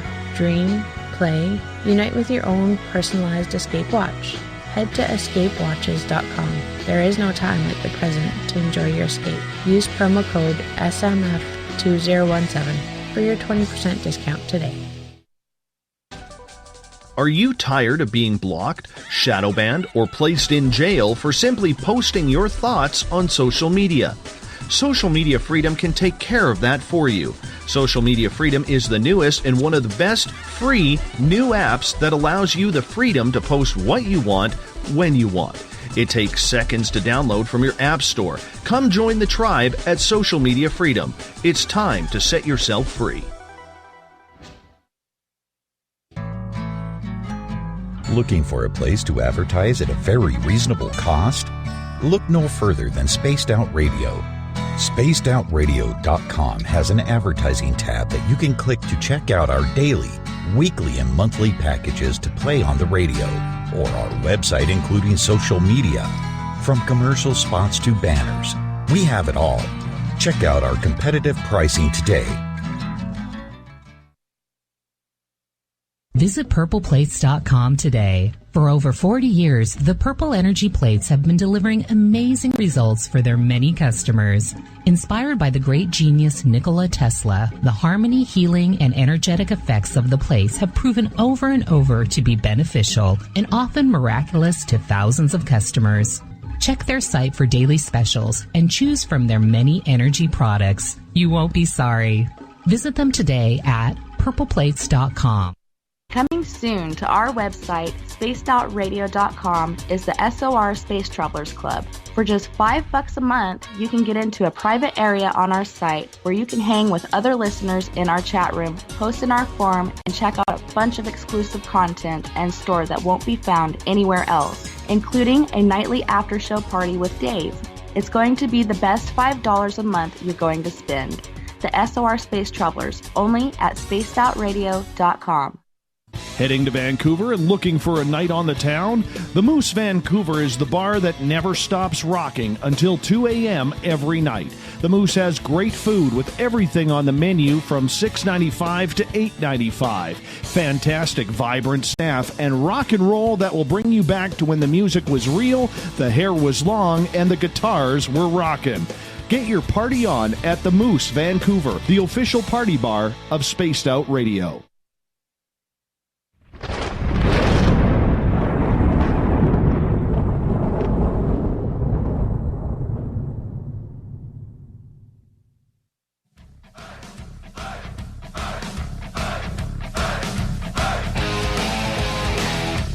We've passed the halfway point of Spaced Out Radio tonight. I am your host, Dave Scott. Thanks for coming along for the ride with us, talking Majestic 12. But before we bring back our guest, I want to remind all of you that if you've missed part of this show and others, you can always catch them on our YouTube channel, youtube.com/Spaced Out Radio. It's free for you. Just do me the favor, hit that subscribe button. It's a pretty fair trade. Our website, under construction. It is spacedoutradio.com. We've blown up the old one. We're bringing in a brand new one. It's going to look pretty good. So give it a couple of weeks and we'll have it up and running. Thank you for your patience. Majestic 12, we are talking tonight, and it leads down so many different paths. And breaking it all down for us is Tom Whitmore. He is a member of MUFON's board of directors, but his real interest outside of UFOs is the history of this controversial and conspiratorial program. Tom, welcome back. Thanks, Dave. I'm really enjoying this tonight. Yeah, me too. Me too. I love talking this kind of stuff. Right before the break, we were talking about the Aviary, that they're not a group that you really want to mess with. They have a lot of pull within the United States military, or at least they had, as well as inside government and projects, if you believe in projects like MK Ultra. And they're a little bit controversial as well, almost as much as like the team with MJ12. Could you consider the Aviary to be this century's version of what MJ12 was 70 years ago? I wouldn't go that far, Dave, but I will say this. There are certain people in the Aviary list that I would term as UFO royalty. People like Jacques Vallée and Hal Puthoff, to name a couple, John Alexander. Some of these folks have also, worked for Bigelow's NIDS, the National Institute of Discovery Science. So they do have a level of involvement in the UFO field, I think, on the civilian side that's very prominent. And I think they certainly deserve a great deal of respect from me. But now, they also as for being, go ahead, sir. Being like MJ12, like I said, if such a thing exists, there's such tight security with it that we ordinary mortals aren't going to get access, and that includes most of the people on the Aviary. But they also went down different paths as well. I mean, you think about it. The Aviary went into telepathy. They went into a lot of remote viewing, things like that, Tom.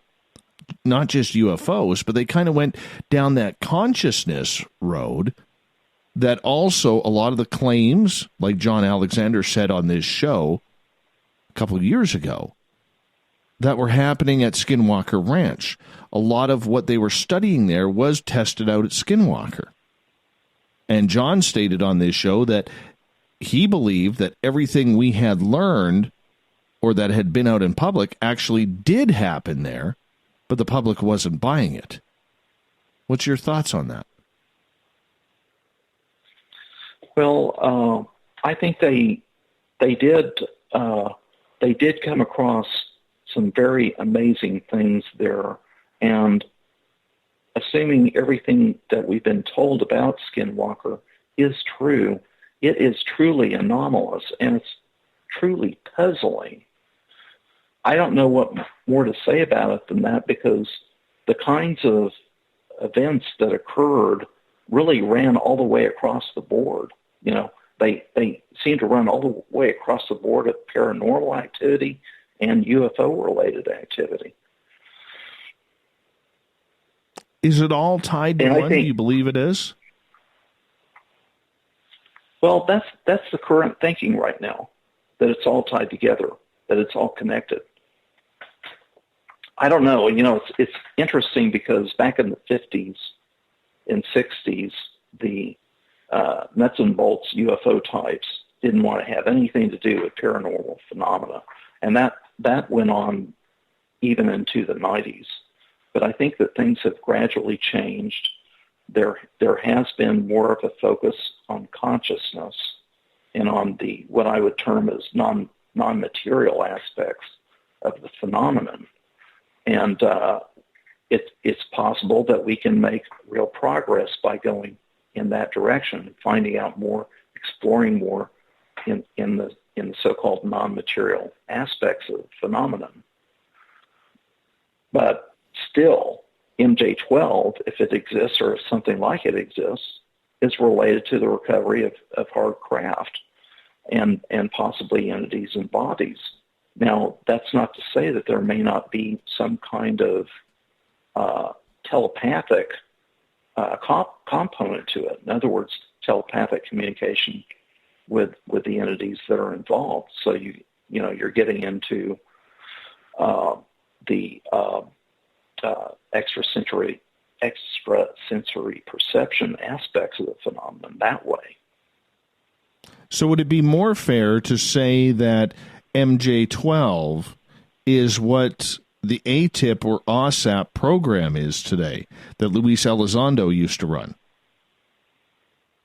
No, I think there's a real disconnect there, and it's possible that because of the extremely tight security around the saucer recovery and exploitation program, because of the extremely tight security around that and the compartmentation involved, that you get into a situation where the left hand doesn't know what the right hand's doing. And I know when we were in proximity to Luis Elizondo, and he was talking about the problems that he was having in DOD in tracking UFO reports and getting cooperation within the DOD, that certain authorities within the bureaucracy didn't want to deal with the UFOs. They weren't supportive of getting into that, and there were even some very conservative Christian types who believe that they're demonic and that we should have nothing to do with it. He said that, and I told Luis Elizondo, I said, we keep hearing these rumors of Area 51 and S4 and crash saucers and reverse engineering and entities and bodies and all of this. I said, there's a real disconnect between what you're saying and the rumors that we've been hearing, and not just for a day or two. We've been hearing these rumors for, 30, 40 years. So I think there's a real disconnect there. When the Navy comes out and says, oh, we're going to start tracking UFOs. Really? You mean you're not? I want to save that topic, if you don't mind, for the next half hour, because I think there's a real level of trying to play the stupid card with the public, with the United States Navy, that I'd like to get your opinion on. But we'll save that for after the break. But in regards to the history of MJ12, is this a program, although different members, that is still playing around today? Yeah, very possibly. But I think that, and this is all speculation and conjecture on my part, but if there was this event, in 1947, and an oversight committee was formed, and the work was parceled out and compartmented, at first they may have been more formal and more tightly organized as a unit, And today, I think it's possible that it's more of a matrix kind of a situation. And when I say that, I don't mean matrix like the movie, but I mean matrix across DOD and across possibly private corporations and across academia. In other words, you may have certain people within DOD that deal with this, and they're connected with certain people in the private sector, especially the aerospace companies, and connected with certain people in the in academia, for scientific consulting, and it must be organized so that very few people see everything and know everything. Okay. But there could be a fair number of people involved in it, but they're all checked out. They've done background checks on them. They've received the proper security clearances. They have a need to know. They're sworn to secrecy, and God help them if any of it gets out. How many people are actually working there, Tom? In your opinion, I realize you can only speculate.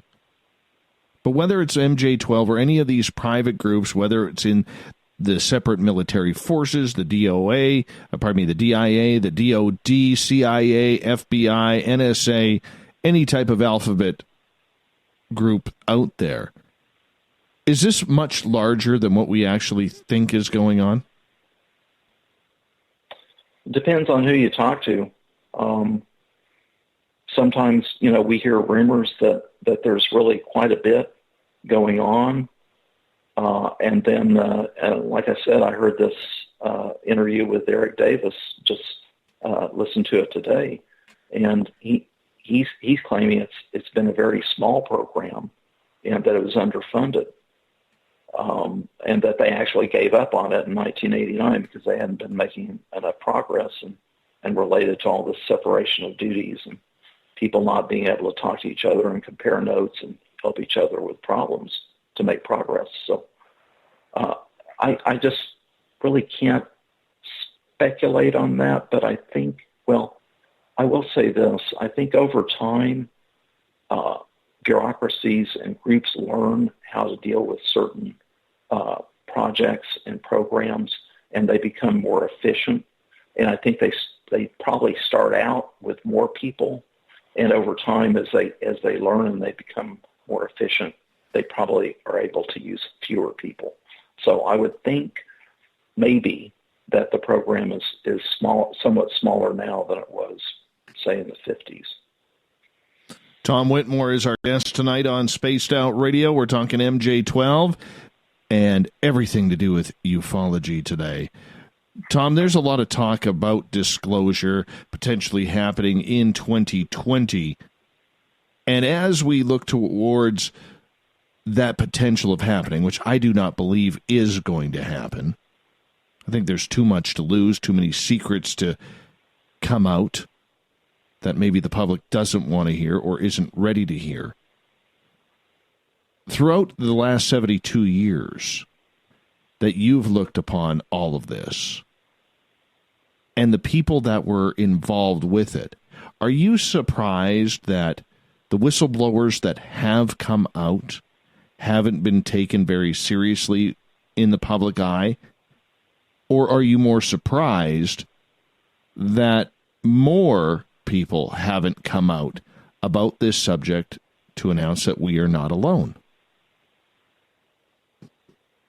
Well, Grant Cameron has talked about this, and I think he made a very good point in that people that come out and claim that they're whistleblowers and they're telling these stories and these tales and these rumors and these legends and these myths and everything that we've heard for so long, when they come out and do that they by definition are not real whistleblowers. And Grant has made this point time and again that if you received a security clearance and you have a need to know and you've signed all the paperwork to work in that field, you don't dare disclose that because you're going to jail. And it's not just UFOs. I mean, that can be any number of roles within the military or the government. So maybe they're not taken seriously because we have not been able to achieve any kind of firm, authentic confirmation about any of this, really. Now, there have been some very credible, what to me are very believable, seem to be honest people, telling stories that they believe are true. But they wouldn't be doing that. They most likely wouldn't be doing that if they had truly been employed in that area. I think there's more out there, though. I think people want to say something, but I think if they are in some sort of back engineering or working on this type of technology, it's so parsed out into pieces that they may not even know what they're working on these days. Well, here's a theory that I have, Dave, and it's just a theory. It's just an opinion. It's just a thought. It may not be true, but like in any organization or any group, you have group dynamics. And let's say there's an MJ-12 or an MJ-12 type committee. There might be two factions. And even back in the 50s, Donald Kehoe referred to a quote-unquote silence group. But there may be a faction within MJ-12 that is in favor of at least some disclosure. And then there may be a faction that is dead set against any disclosure at all. Perhaps, and this is just a theory, but perhaps a compromise was reached. And the compromise being that there would be limited disclosure, but it would be done in such a way that the origin of the information could not be traced back to its source and that retained plausible deniability at all times. I believe that could explain some, if not all, of the documents and stories that we've been hearing for 40 years. It's a compromise. Where does that leave the media? Where does that leave the public and the voice that the people have? Because up until a year and a bit ago, this story was pretty much ignored, not even wanting to be discussed in the mainstream. I'm not in the media, but my impression of the media is that they're pack animals. So if a trend begins and people start getting on board, and the log starts rolling and the ball starts rolling down the hill, then more people jump on board and they get going with it. And the New York Times story and the subsequent developments that I know you want to talk about later, I think this could be affecting the media in such a way that maybe some momentum may start to develop and more members in the media may start jumping on board with this if it keeps progressing. Do you think they're ready for that story from an outsider's perspective? No. I mean, they've been operating under the assumption that UFOs are nonsense for how long, Dave? At least since the time of the Condon Report in 1969. Yes. That's a long time. It's a very long time. And, I always find it funny, and I've said this many a time on this show, that there's a lot of people out there who believe this hokey rumor that every newsroom across North America, no matter how big or small, has a government official working in there saying what can and cannot go on the air. And that's why the UFO phenomena has been denied on mainstream media. I laugh at that because I've worked in newsrooms, and I sure as heck know we didn't have any government officials working in our newsrooms. And I think there's a real paranoia about why that message isn't going through, because a lot of people just can't understand or even want to understand that the media is fickle and naive and thinks it's a waste of ad space, a waste of print space, a waste of airtime, both on television and radio, and it's just that simple, Tom. Well, and it can be a waste if they don't have something substantive to report, okay? And, with all these phones and tablets and everything and all the cameras that people have, we're getting plenty of output in terms of these films and videos of alleged UFOs, but very little of it is of good enough quality, I think, to justify the news media really jumping in and doing that as a feature story.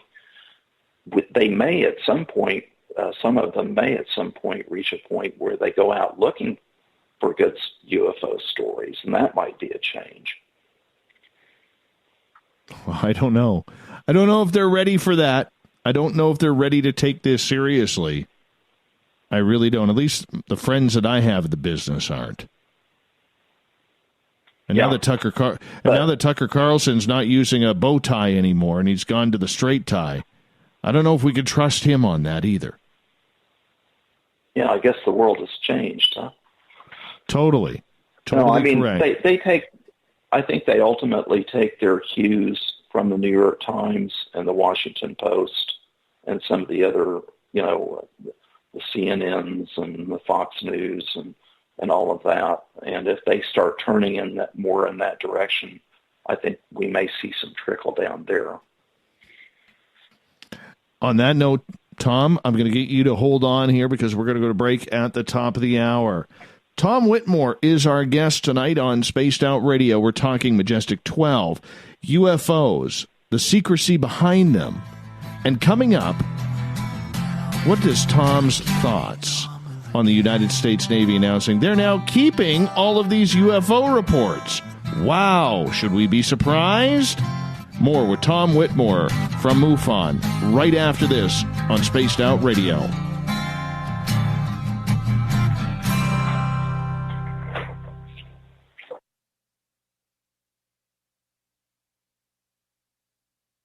At spacedoutradio.com, we have a little bit of everything for you to stay up late.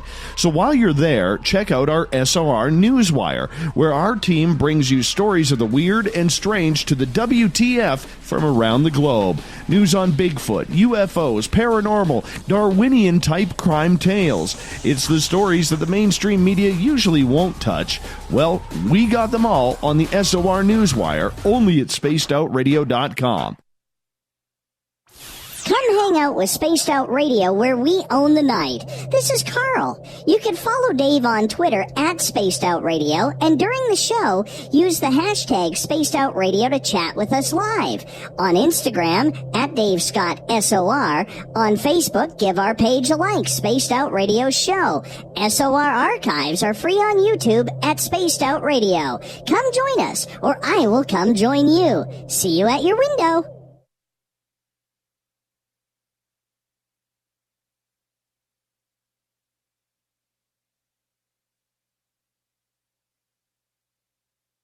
The freedom to post what you want, when you want. That's the social media freedom you need.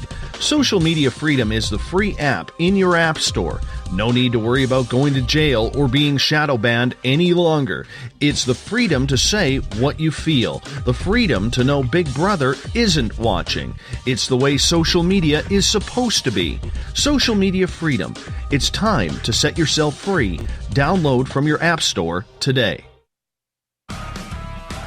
Get your horns up with me on Spaced Out Radio. This is Ron Bumblefoot Thal. Come tune in to SOR, where you can hear me rock out with Little Brother Is Watching, the official theme song of Spaced Out Radio. And then come on over to bumblefoot.com, where you can find out about my tour schedule, my music, and everything else. Bumblefoot.com keeps you up to date on what I'm doing and the best way to stay in touch with my music and music camps. Sign up for my newsletter at bumblefoot.com, and remember, Little Brother Is Watching. The Call of the Wild is in Vancouver. The Moose Vancouver is one of the hottest bars and restaurants in the city. Open until 2 a.m. nightly, the Moose will rock you like a hurricane all night long. Great food with everything on the menu at $6.95 near the corner of Nelson and Granville. Get your horns up and come rock with us. The Moose Vancouver, the official rocking bar of Spaced Out Radio.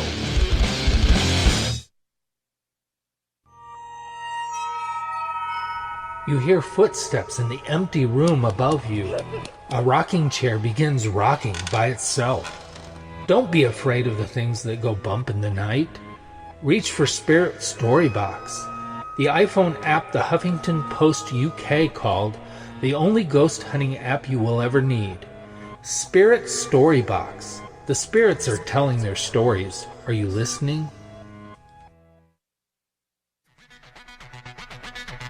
Come get spooked at the 4th Annual Forest Moon Paracon in Cedar-Woolley, Washington, Saturday, September 28th. UFOs, ghosts, aliens, Bigfoot. Speakers include Mike Morin and Jason Jordan, R. Keith Andrews, and Dave Scott from Spaced Out Radio, and so much more. There will be workshops and a VIP roundtable. Get early bird tickets now at fmparacon.com.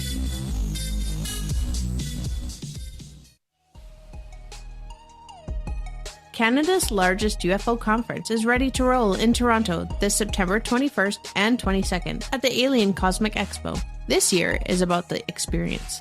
Listen to the stories of Dave Scott, Travis Walton, Paula Harris, Grant Cameron, Ryan Stacey, Richard Dolan, Leslie Mitchell-Clark, and more. Get your tickets now at aliencosmicexpo.com.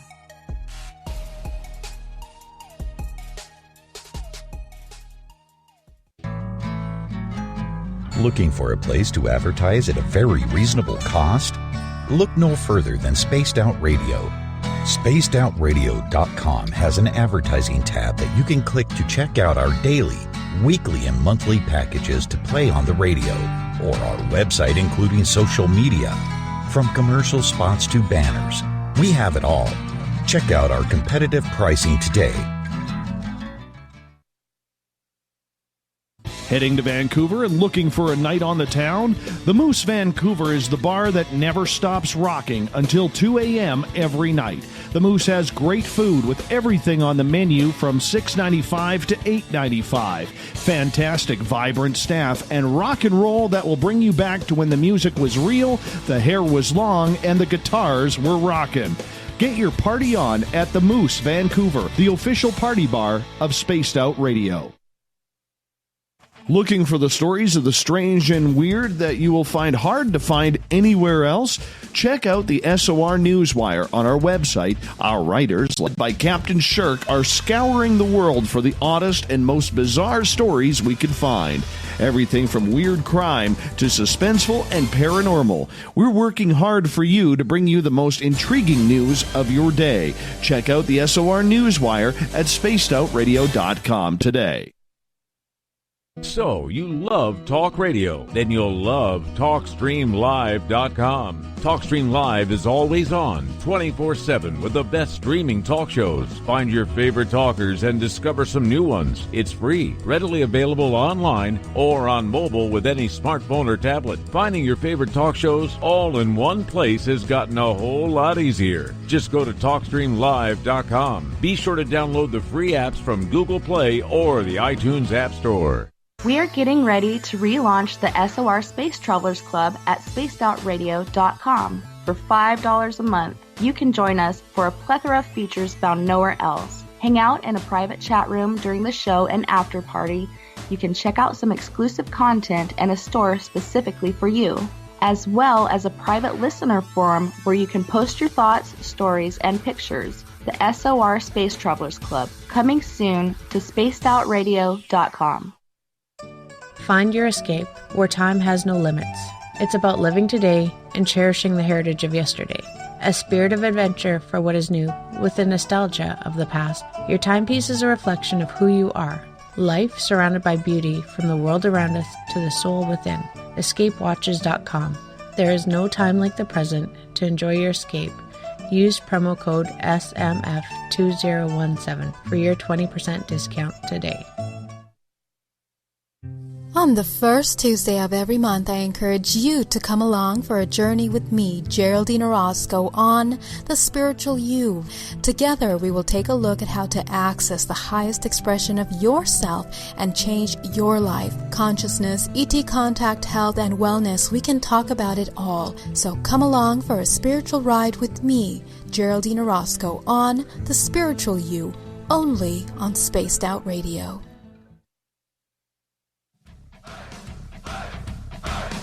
Would you like to connect with us? Head to spacedoutradio.com for all your latest show info. Now, back to Dave Scott and SOR. Welcome back to the third and final hour of Spaced Out Radio. Tonight, I am your host, Dave Scott. Thank you so much for being with us. Tomorrow night of the show, we're going to talk witchcraft, spells, curses. Sabrina Scott will join us at 9:06 Pacific, 12:06 a.m. Eastern at spacedoutradio.com. Hi to everyone listening in on KZFX 93.7 FM in Ridgecrest, California, WQEE 99.1 FM in Newnan, Georgia, UPRN 107.7 FM in New Orleans, and KDUN AM 1030 in Reedsport, Oregon. On the digital side, we're on Deep Talk Radio and Revolution Radio. Good to have all of you with us. Remember, all of our archives are free at youtube.com/Spaced Out Radio. Just do me the favor, hit that subscribe button. The Desert Clam has set the password for tonight in the SOR Space Travelers Club. It is Consinity. Consinity is your password. Make sure you use it wisely, Space Travelers, as the Clam sets the password each and every night right here on the mighty SOR. Our website is spacedoutradio.com, currently under construction. We're rebuilding it, revamping it, call it what you will, but it's going to look damn good in just a couple of weeks. For the final time tonight, we introduce our guest, Tom Whitmore. He is on the MUFON Board of Directors. He's been looking into Majestic 12. Was it just a conspiracy? Was it just a wild story? Or was it true? But we've shifted topics now.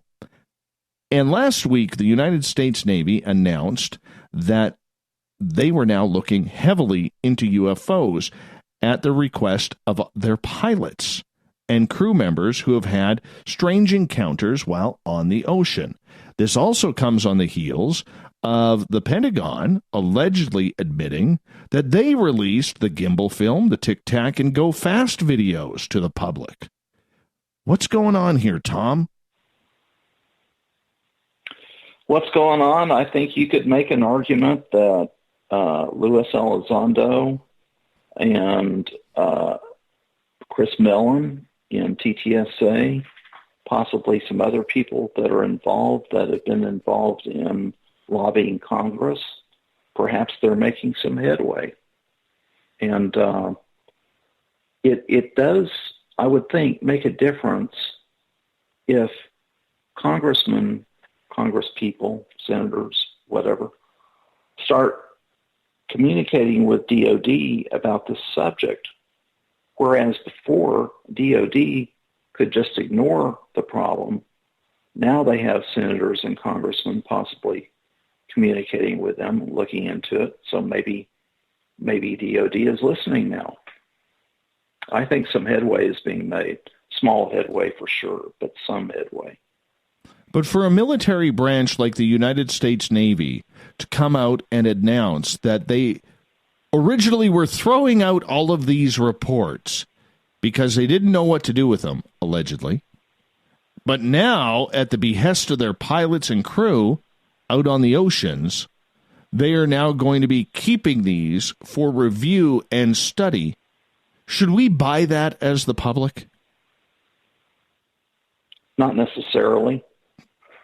There are a couple of ways I can think of to look at this, Dave. One is that they possibly in the past have been taking these reports extremely seriously. And other personnel from other intelligence agencies, perhaps the DIA or the CIA, are debriefing pilots and military personnel that are experiencing these sightings. That's one possibility. The other possibility is that they are ignoring them and that it's bad news. It's a kiss of death for your career to report such a thing. And there, like I mentioned earlier, and like Luis Elizondo has mentioned, there may even be people in the upper ranks of the DOD that are conservative Christians that don't want it dealt with at all because they feel that it's demonic in nature. So what do I think? I think that this is mostly PR. They look good in the public, and they could very well say that, and then there must be 100 ways that they could create obstacles to reporting and retaining the information. But let's hope that they are serious, and they are gonna make it easier for pilots and personnel to report these things, and they will take the reports seriously and retain them and analyze them. Usually, previous to this, reporting a UFO sighting was the kiss of death to an airline pilot or a military pilot. Never mind civilians. They could report what they wanted because they were in their own craft. But are you now saying that a pilot is not going to be grounded now due to an encounter? I hope not. I certainly hope not. But there can be a public stance, and then the reality of how things are dealt with on the scene and within the organization and within bureaucracy. Those can be two different things. And like I said, they can be saying this in public and then finding 100 different ways to obstruct the reporting and the retention of the information and so on and so forth. I hope that airline pilots, maybe this is going to work out in such a way that this spreads to the Air Force and it spreads to the Army and the Marines and whatever, and it spreads to the civilian airline effort, and that airline pilots, if they see something, can report it through their own organization, not going around some back door. Well, what I found funny about that Navy report was the fact that they tried to include the United States Air Force in on that article in the Politico, and the Air Force was denying any involvement whatsoever. I mean, this is like a brother tattling on another brother for throwing dirt in one's eyes, and the brother saying, "No, I didn't do it. I got nothing to do with that. What are you blaming me for?" It almost seemed childish. Well, if you look at the Air Force history and UFOs, the UFO problem was a monkey on the Air Force's back from 1947 to 1969.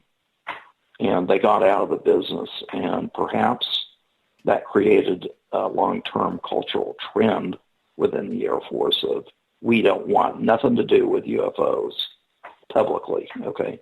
Now, Richard Doty has stated, and Richard Doty has been on several YouTube programs that I've watched, and that's where I'm getting this information. It's all public, and I'd like to say, Dave, everything I'm talking about tonight is on the internet or it's in the published literature.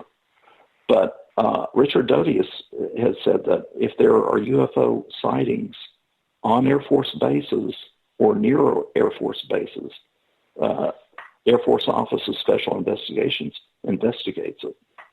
So I think where the Air Force is coming from publicly is they don't want anything to do with it. When you say they don't want anything to do with it, are you saying that they just want to keep denying it, that they don't want to take any recordings of it, or do you think they want to keep it hidden because of the potential technology that's involved?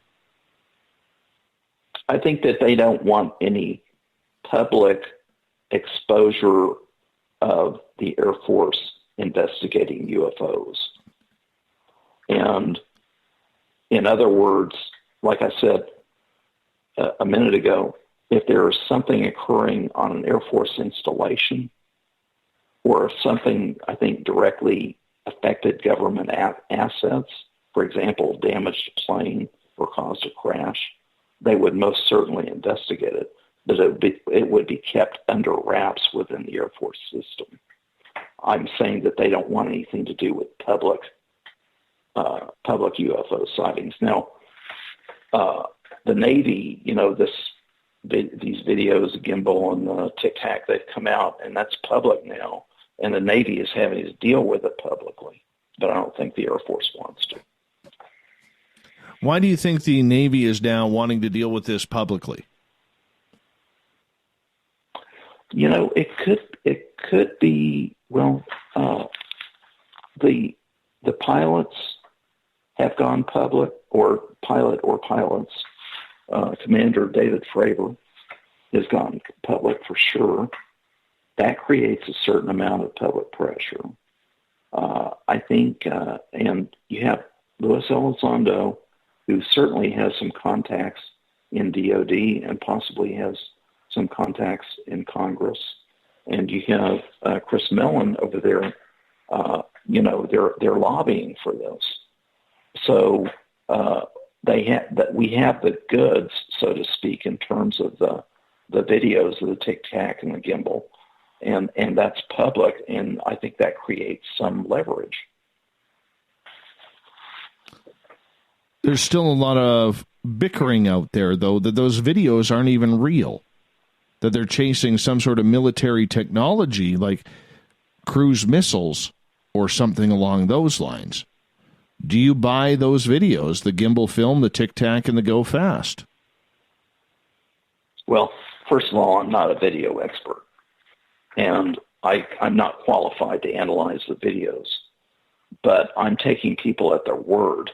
I mean, you have Commander Fravor describing the situation, describing the behavior of the objects, and in this interview that I referred to with Eric Davis, he described in a lot of detail the behavior and the maneuvers of the object or objects.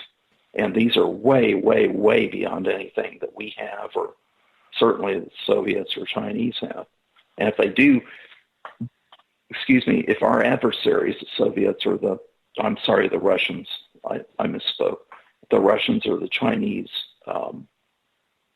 have technology like that, then we better get pretty worried really fast.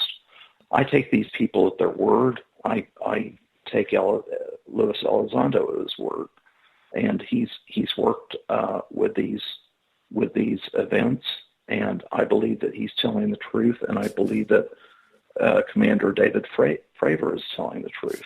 So I don't have any reason, and I certainly don't have any technical expertise to debunk the videos. Do you believe, then, that the videos are just a cover-up for what is really going on? Because the one thing that this new look into ufology, this new popularity into it, since the New York Times article has brought forward, is that there's a real difference between alien craft and aliens. They don't want to combine the two. It's not too kosher to do so. What's your feelings on that? Well, I hadn't really thought of it that way. I mean, that makes me think.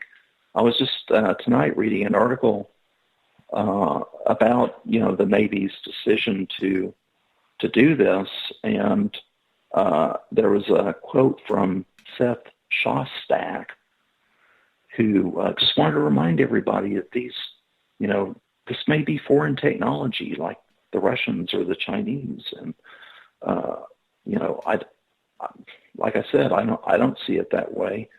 Now, if we have craft that are behaving and maneuvering with these qualities and capabilities that are way, way, way in advance of anything that we have, they're either remotely controlled or they're piloted.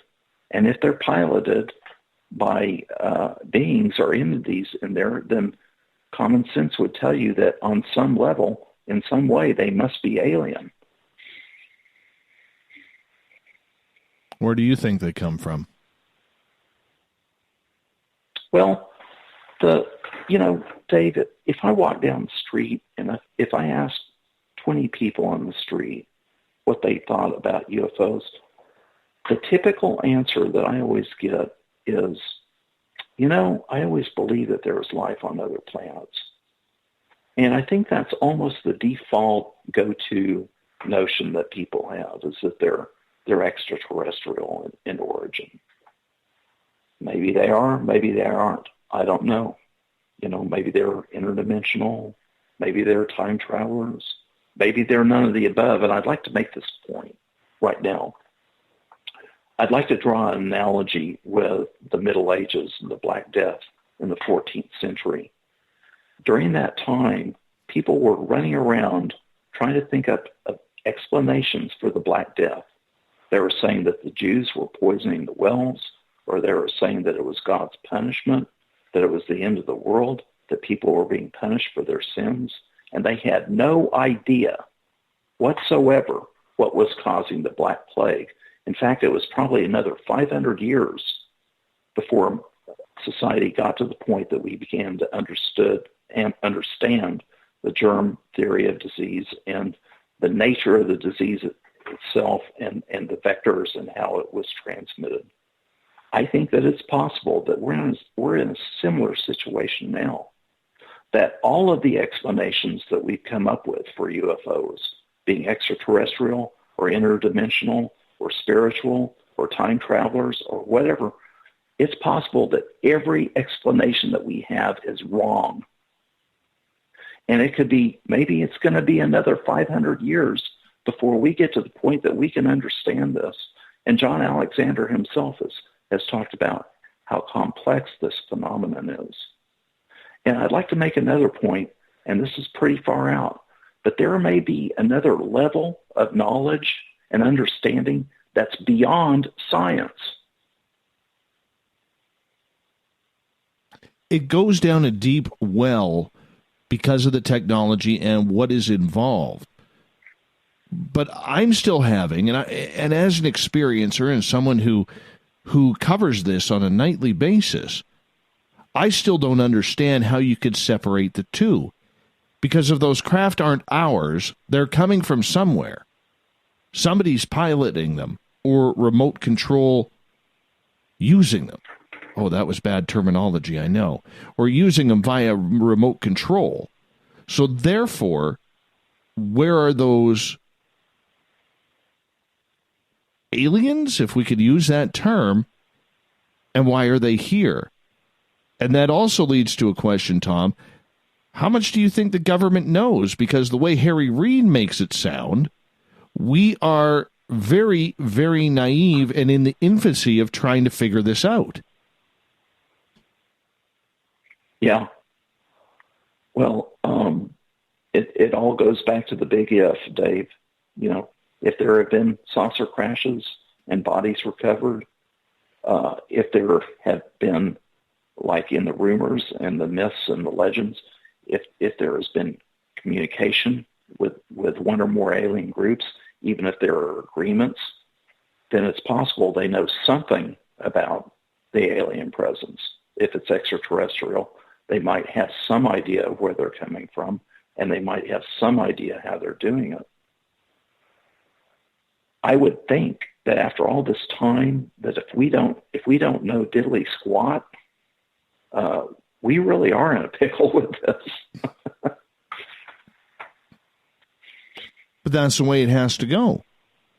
Do you believe then, with your experience with MUFON, that the government or those inside these black projects do know more?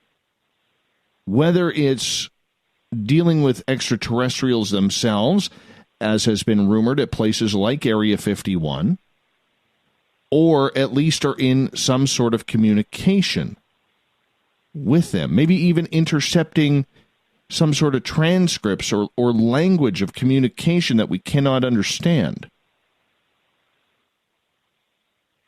My personal feeling is that I think we probably do, but that's just my personal feeling. I don't have direct evidence for it. I don't have proof of it. I don't claim to. It's just my own intuitive feeling about what I think the way things probably are. and there is an Area 51. There are black programs.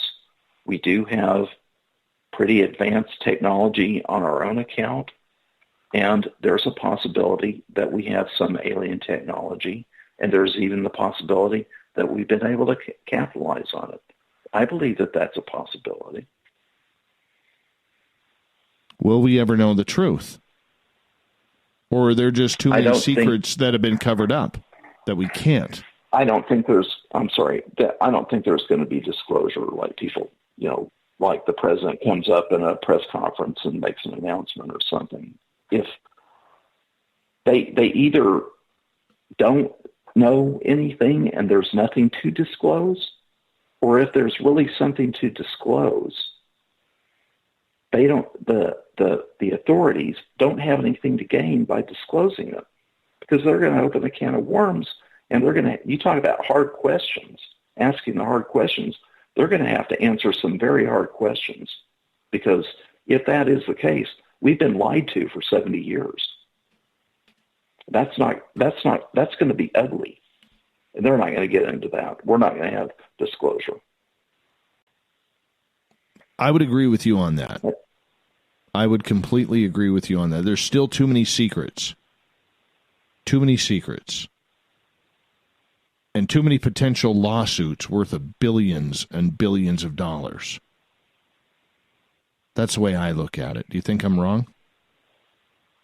No, in fact, there's a book called Exempt from Disclosure, which is authored by a man by the name of Robert Collins. And Robert Collins was involved in a program in the 1980s called UFO Cover-Up Live, and he operated on the program under the moniker of Condor. In that book, Exempt from Disclosure, he details an alleged attempt by Jamie Chandray and some other individuals to bring about disclosure, to convince certain high authorities, including Dick Cheney, to undertake disclosure. And Dick Cheney said, no way, we'd have at least 100 lawsuits. Now, I'm not saying that's all true, but when you mentioned the lawsuit angle, it made me think of that. Over 100 lawsuits. Mr. Tom Whitmore, I want to say thank you for coming on Spaced Out Radio tonight. What a pleasure to be able to talk about MJ-12. I know we're going to do that again as you continue your research into this subject, and I really hope you make it up to Toronto for Alien Cosmic Expo this year, because I'd love to meet you there. I'd love to meet you there too, Dave, and I would like to attend that conference, and I want to thank you for having me on. It's been an honor, and I've really, really enjoyed it tonight. This was a lot of fun. Thank you so much. And where can people find your information? You can, if you want to ask me questions or ask about links and things, you can contact me at mj12questions@gmail.com. That's all one word, no dashes. mj12questions@gmail.com. Thank you so much, Tom. Coming up next, the SOR Newswire. We'll be back.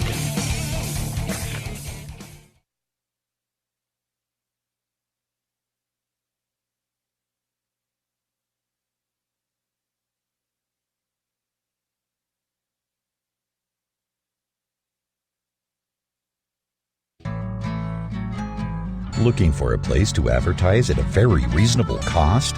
Look no further than Spaced Out Radio. SpacedOutRadio.com has an advertising tab that you can click to check out our daily, weekly, and monthly packages to play on the radio, or our website including social media. From commercial spots to banners, we have it all. Check out our competitive pricing today. Did you know Spaced Out Radio runs 7 days a week? Hi there, this is Tessa Nicole Thomas, and I'm here to take you on a paranormal journey each Saturday and Sunday night. Why change the station when you have it all right here? Together, we'll hang out and share some strange and scary stories. And don't forget, we have Psychic Sundays as well, so come tune in Spaced Out Weekend. We get going at 9 p.m. Pacific, midnight Eastern, only at spacedoutradio.com, where we own the night. We're bringing scientific thought to the paranormal. Hi there, this is Spaced Out Radio scientist Chris Cogswell. Join me, Chris Zuger, and Dave Scott the second Wednesday of every month, where we break down the who from the woo when it comes to everything paranormal. We'll investigate and try to bring sensible answers to those straight and sometimes outlandish questions people have. Hey, not everything has an answer, but we'll do our best. Listen in to Reality Paranormal only on Spaced Out Radio. Coming soon to our website, spacedoutradio.com, is the SOR Space Travelers Club. For just $5 a month, you can get into a private area on our site where you can hang with other listeners in our chat room, post in our forum, and check out a bunch of exclusive content and store that won't be found anywhere else, including a nightly after-show party with Dave. It's going to be the best $5 a month you're going to spend. The SOR Space Travelers, only at spacedoutradio.com. Are you intrigued by Paranormal Talk Radio? You'll love the new Paranormal Radio app from TalkStream Live. You'll find a great selection of talk shows covering UFOs, ghosts, strange phenomena, and much more.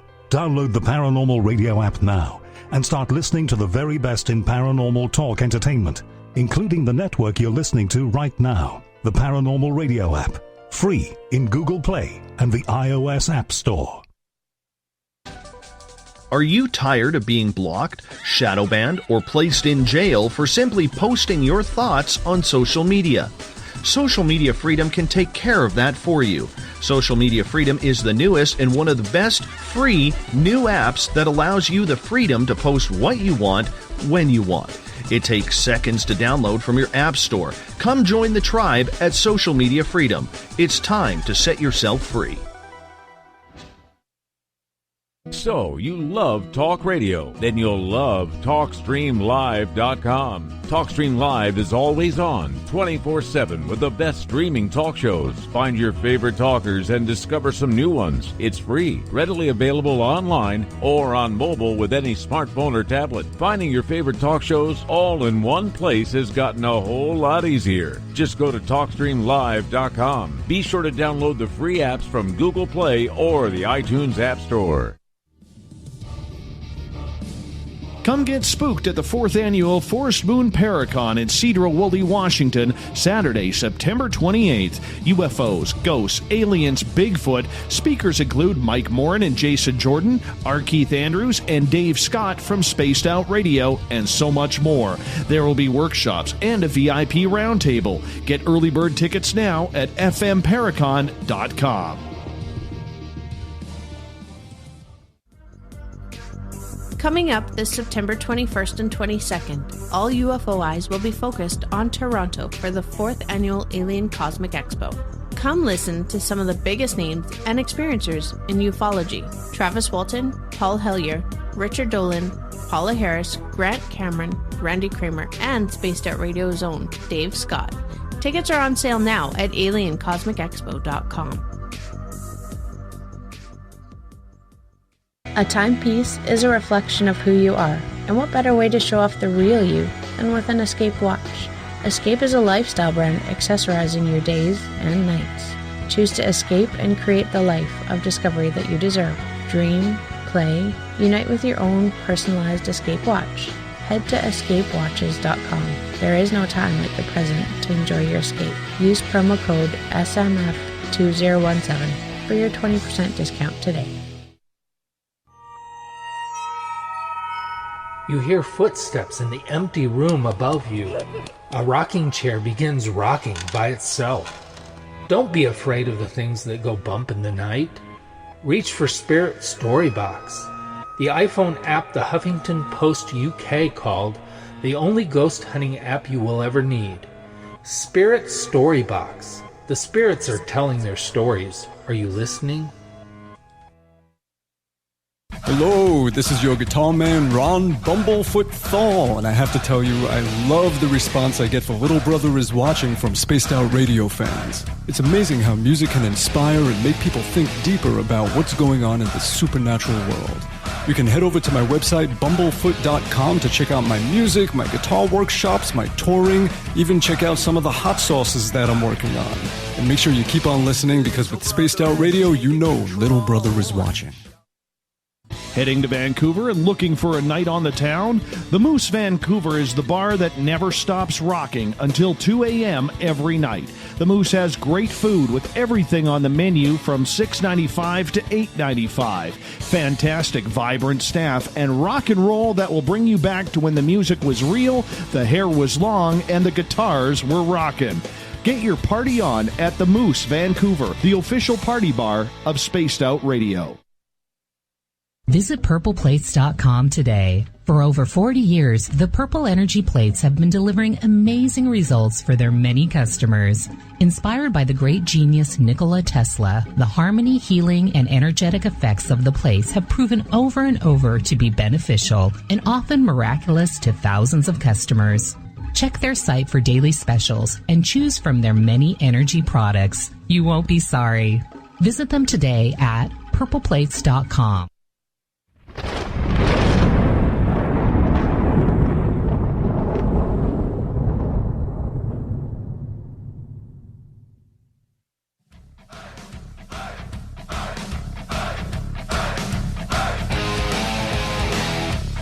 We've rounded third. We're heading for home tonight on Spaced Out Radio. I am your host, Dave Scott, sitting in the captain's chair of SOR headquarters. Thank you so much for staying with us this great hump day night. We're going to get to the news, the SOR Newswire, where we get into the weird, the wacky, the WTF, the head scratchers that will make you think that's really going on. You can blame Captain Shirk because she puts all our news together. She does a great job with it, so thank you, Captain.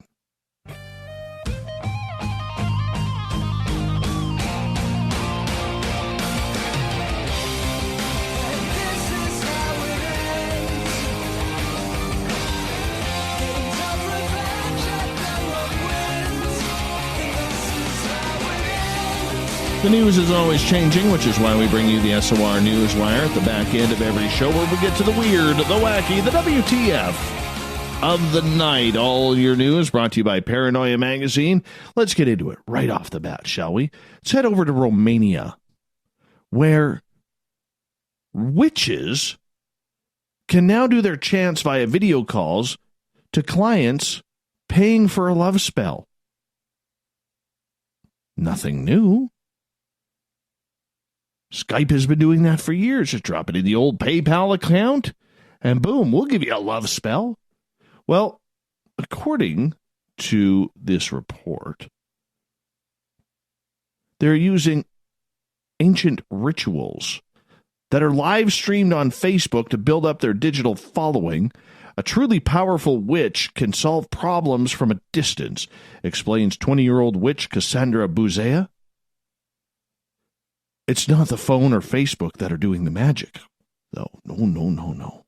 It's the words that we're saying, the rituals that we are doing, and it's enough to look each other in the eye for the ritual to work.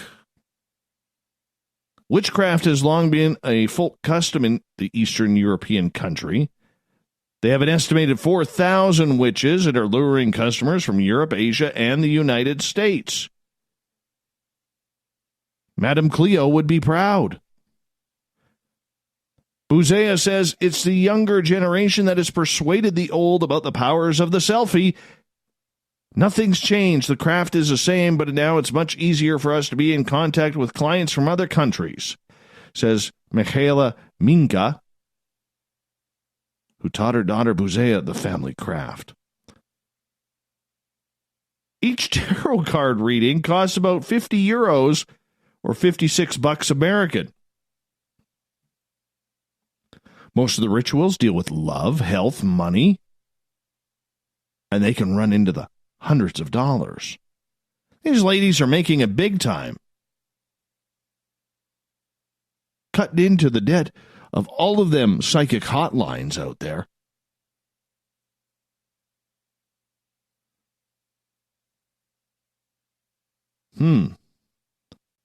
Minka says They plan to harness the global power of the internet once more ahead of May's European Parliament elections. They will continue the ritual on May 25th. We will do a powerful ritual against the Romanian government. So on the 26th, when the European elections are taking place, we will cast our spell for the good of the country. Wow. Using it for political gain. Nothing selfish there. Moving on.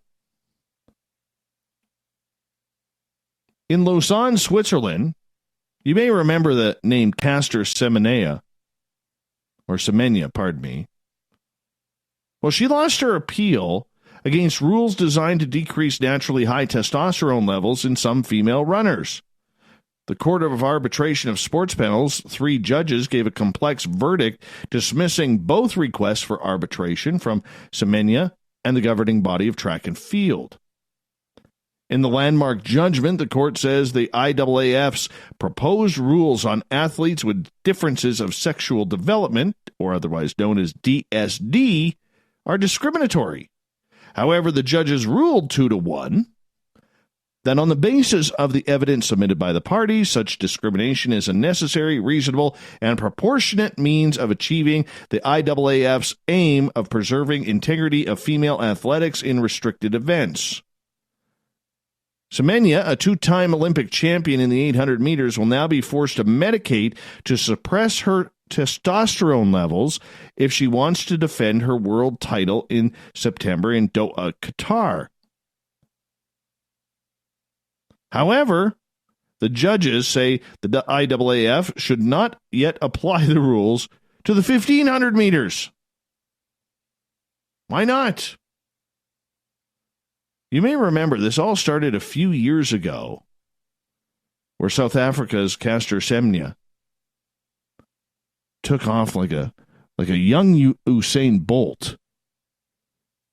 But at the time, nobody could tell if he was a she or she was a he. This was before the big transgender movement. And that stirred a lot of debate because nobody knew. And they made her go through rigorous and often embarrassing tests to prove that she was a woman who just had a high testosterone level. Well, she has dominated. She's a gold medalist. And now she has to control her own testosterone to compete again to defend her world title. Don't know how I feel about that. It's not really her fault. Not really her fault. Hate to be Julian Assange today. The WikiLeaks founder was sentenced to 50 weeks in jail. Why can't they just say 2 weeks shy of a year? No, they're going to say 50 weeks in jail for jumping bail in 2012. British Judge Deborah Taylor said that Assange merited the near maximum sentence of 1 year because of the seriousness of his offense. She rejected his claim for leniency based on the nearly 7 years he spent at the Ecuadorian embassy. The white-haired Assange stood impassively with his hands clasped while the sentence was read. His supporters in the public gallery chanted, "Shame on you," at the judge as Assange was led away.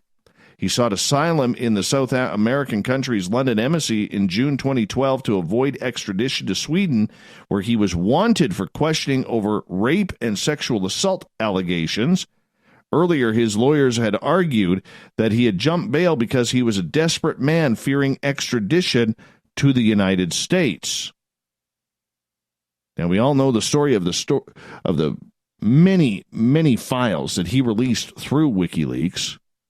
Of course, he doesn't want to go to the States. Most of the files included that. But he's going to be locked up for just under a year. Imagine that, going from being locked up in an embassy to locked up in a jail cell.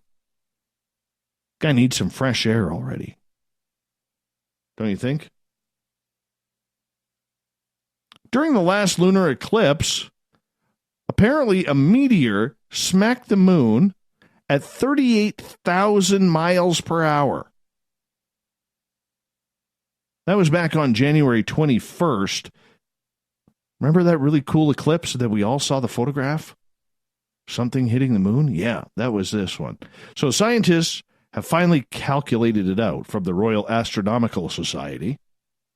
The object that hit the moon was likely a rogue meteoroid measuring just 1 to 2 feet in diameter and traveling at a staggering 38,000 miles per hour, or if you're in the rest of the world, 61,000 kilometers per hour. This wee speedy rock likely created a fresh lunar crater measuring some 50 feet across.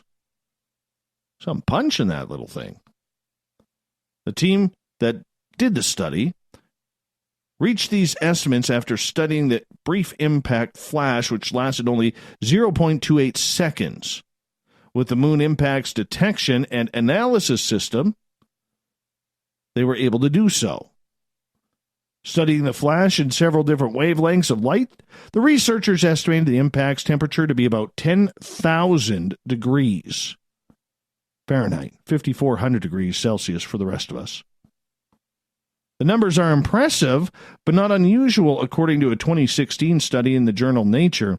The moon's pocked and cracked surfaces acquires about 140 new craters measuring at least 33 feet across every year. Because the moon has no atmosphere, even the smallest space rocks can make a huge, significant impact on the surface.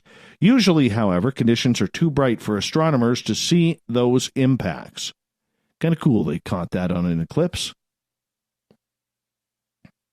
Careful if you're crossing the border or flying out of the country, then coming back in. That's if you're American. U.S. border agents have officially now been told they can seize your laptop or smartphone when you re-enter the country after traveling abroad without a warrant. That ain't good. The Electronic Frontier Foundation and American Civil Liberties Unit asked federal courts to rule without trial that the Department of Homeland Security disregards the First and Fourth Amendments. The groups filed documents and deposition testimony that they say reveals that the U.S. Customs and Border Protection and U.S. Immigration and Customs Enforcement authorize border officials to rifle through travelers' phones and laptops for general law enforcement purposes and consider requests from the other government agencies when deciding whether to conduct such warrantless searches. These include searches to enforce bankruptcy, environmental and consumer protection laws, and for intelligence gathering to advance pre-existing investigations. Big Brother, totally watching here. According to Staff Attorney Adam Schwartz, the evidence we have presented the court shows that the scope of ICE and CBP border searches is unconstitutionally broad. No kidding. No kidding. It's kind of eerie. Be careful if you're coming into the country. Finally, it's kind of a sad story, but a head-scratcher nonetheless. 37-year-old Terrence Pressey fled the scene of a deadly South Florida crash because he had to run home to stash his drugs. Authorities say Pressey fatally hit a pedestrian in Dania Beach, Florida last fall, but he went home first to drop off his weed instead of seeing if the person was okay. Manusudan Betwal, 53, died at the scene of the crash after Pressey slammed his white Dodge Charger into the man crossing the street. Authorities said Pressey dialed 911 after leaving the crash site and told dispatchers that he had hit someone. He was still on the phone with 911 when he returned to the scene. When the caller arrived back on the scene, he appeared to be narrating what he observed when he arrived back on the scene by saying, "They are looking at him now. They are doing CPR," according to the arrest report. Witnesses say they heard the impact of the crash and saw the driver hit his brakes and stop on the road. One witness said they saw the driver's side door open, then close, and then the driver fled. The suspect initially said he left the scene to drop off his passenger, according to the report. He later changed his story, admitting that he was alone and had to go home to drop off his weed, because that's more important than a person's life. Police said Pressey told authorities that he saw the victim's body on the windshield, but continued to drive away after the impact. Pressey reported securing the marijuana inside of his residence prior to returning back to the crash and calling 911. Must have had a guilty conscience. Pressey was arrested last Thursday, charged with leaving the scene of a deadly crash and possession of marijuana. He's being held on $20,000 bond. Authorities did not explain why they waited approximately 5 months to apprehend him.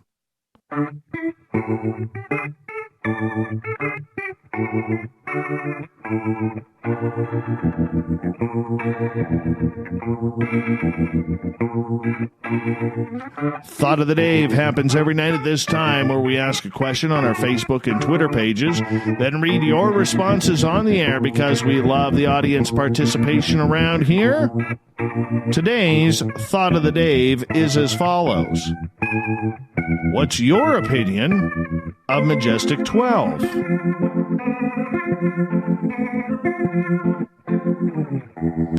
Frank from UFO News Network. Well-researched AFOSI-generated fakes. Useful to read through, though. Alfred believes they're all legit. James Iandoli from Engaging the Phenomenon. Lots of hosts on here today. Whether it was called MJ12 or not, it would make much sense that a group exists.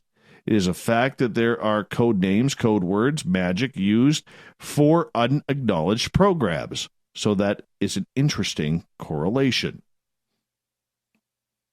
Tom Whitmore, who was just on the air about this, he goes and puts a bunch of exclamation points out there. 5 of them to be exact. Uncle Dale and his power stash.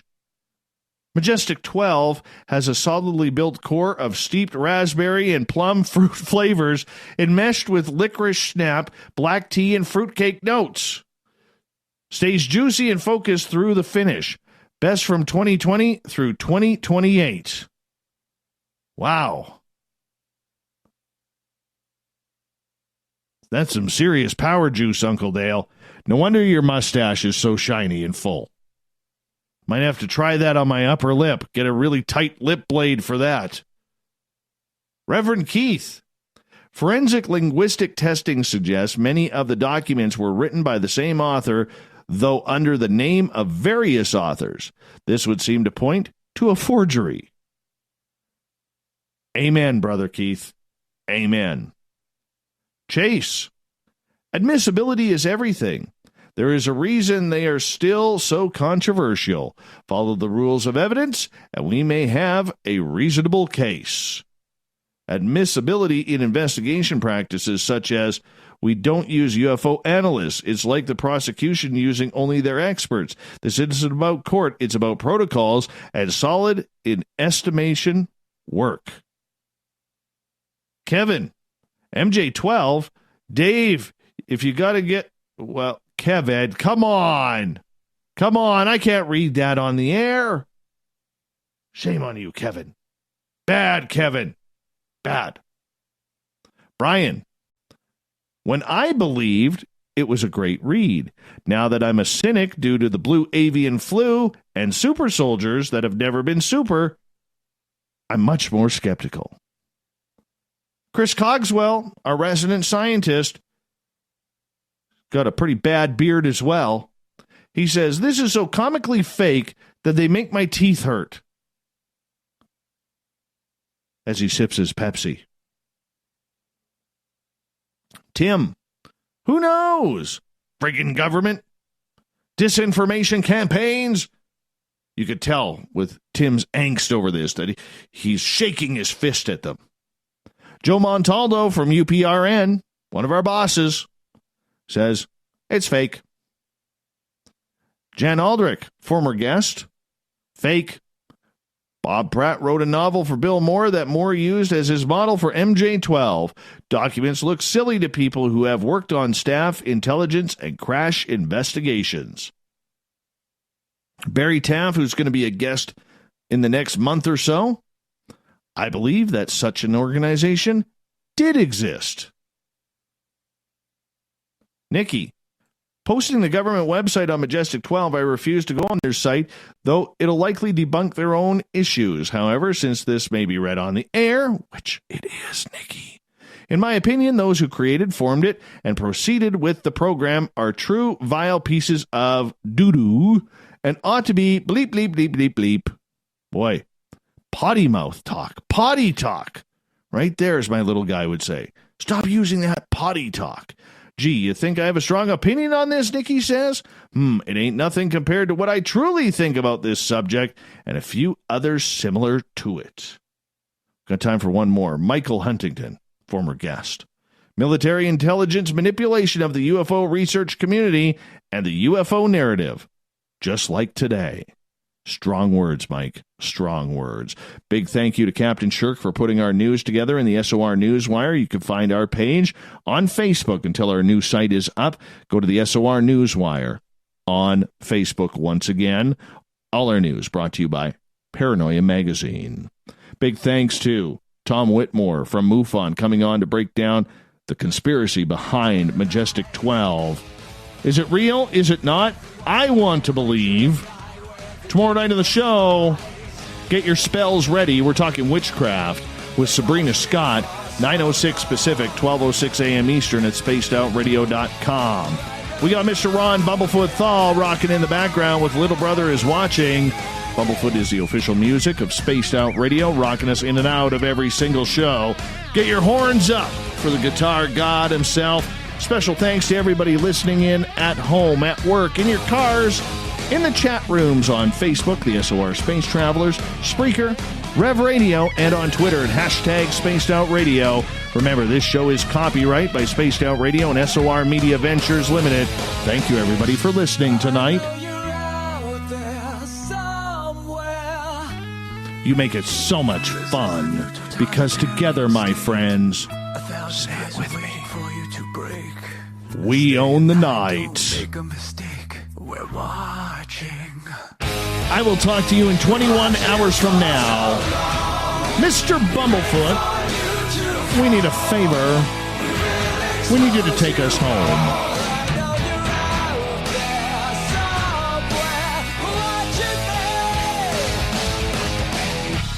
See you tomorrow, everybody. Good night.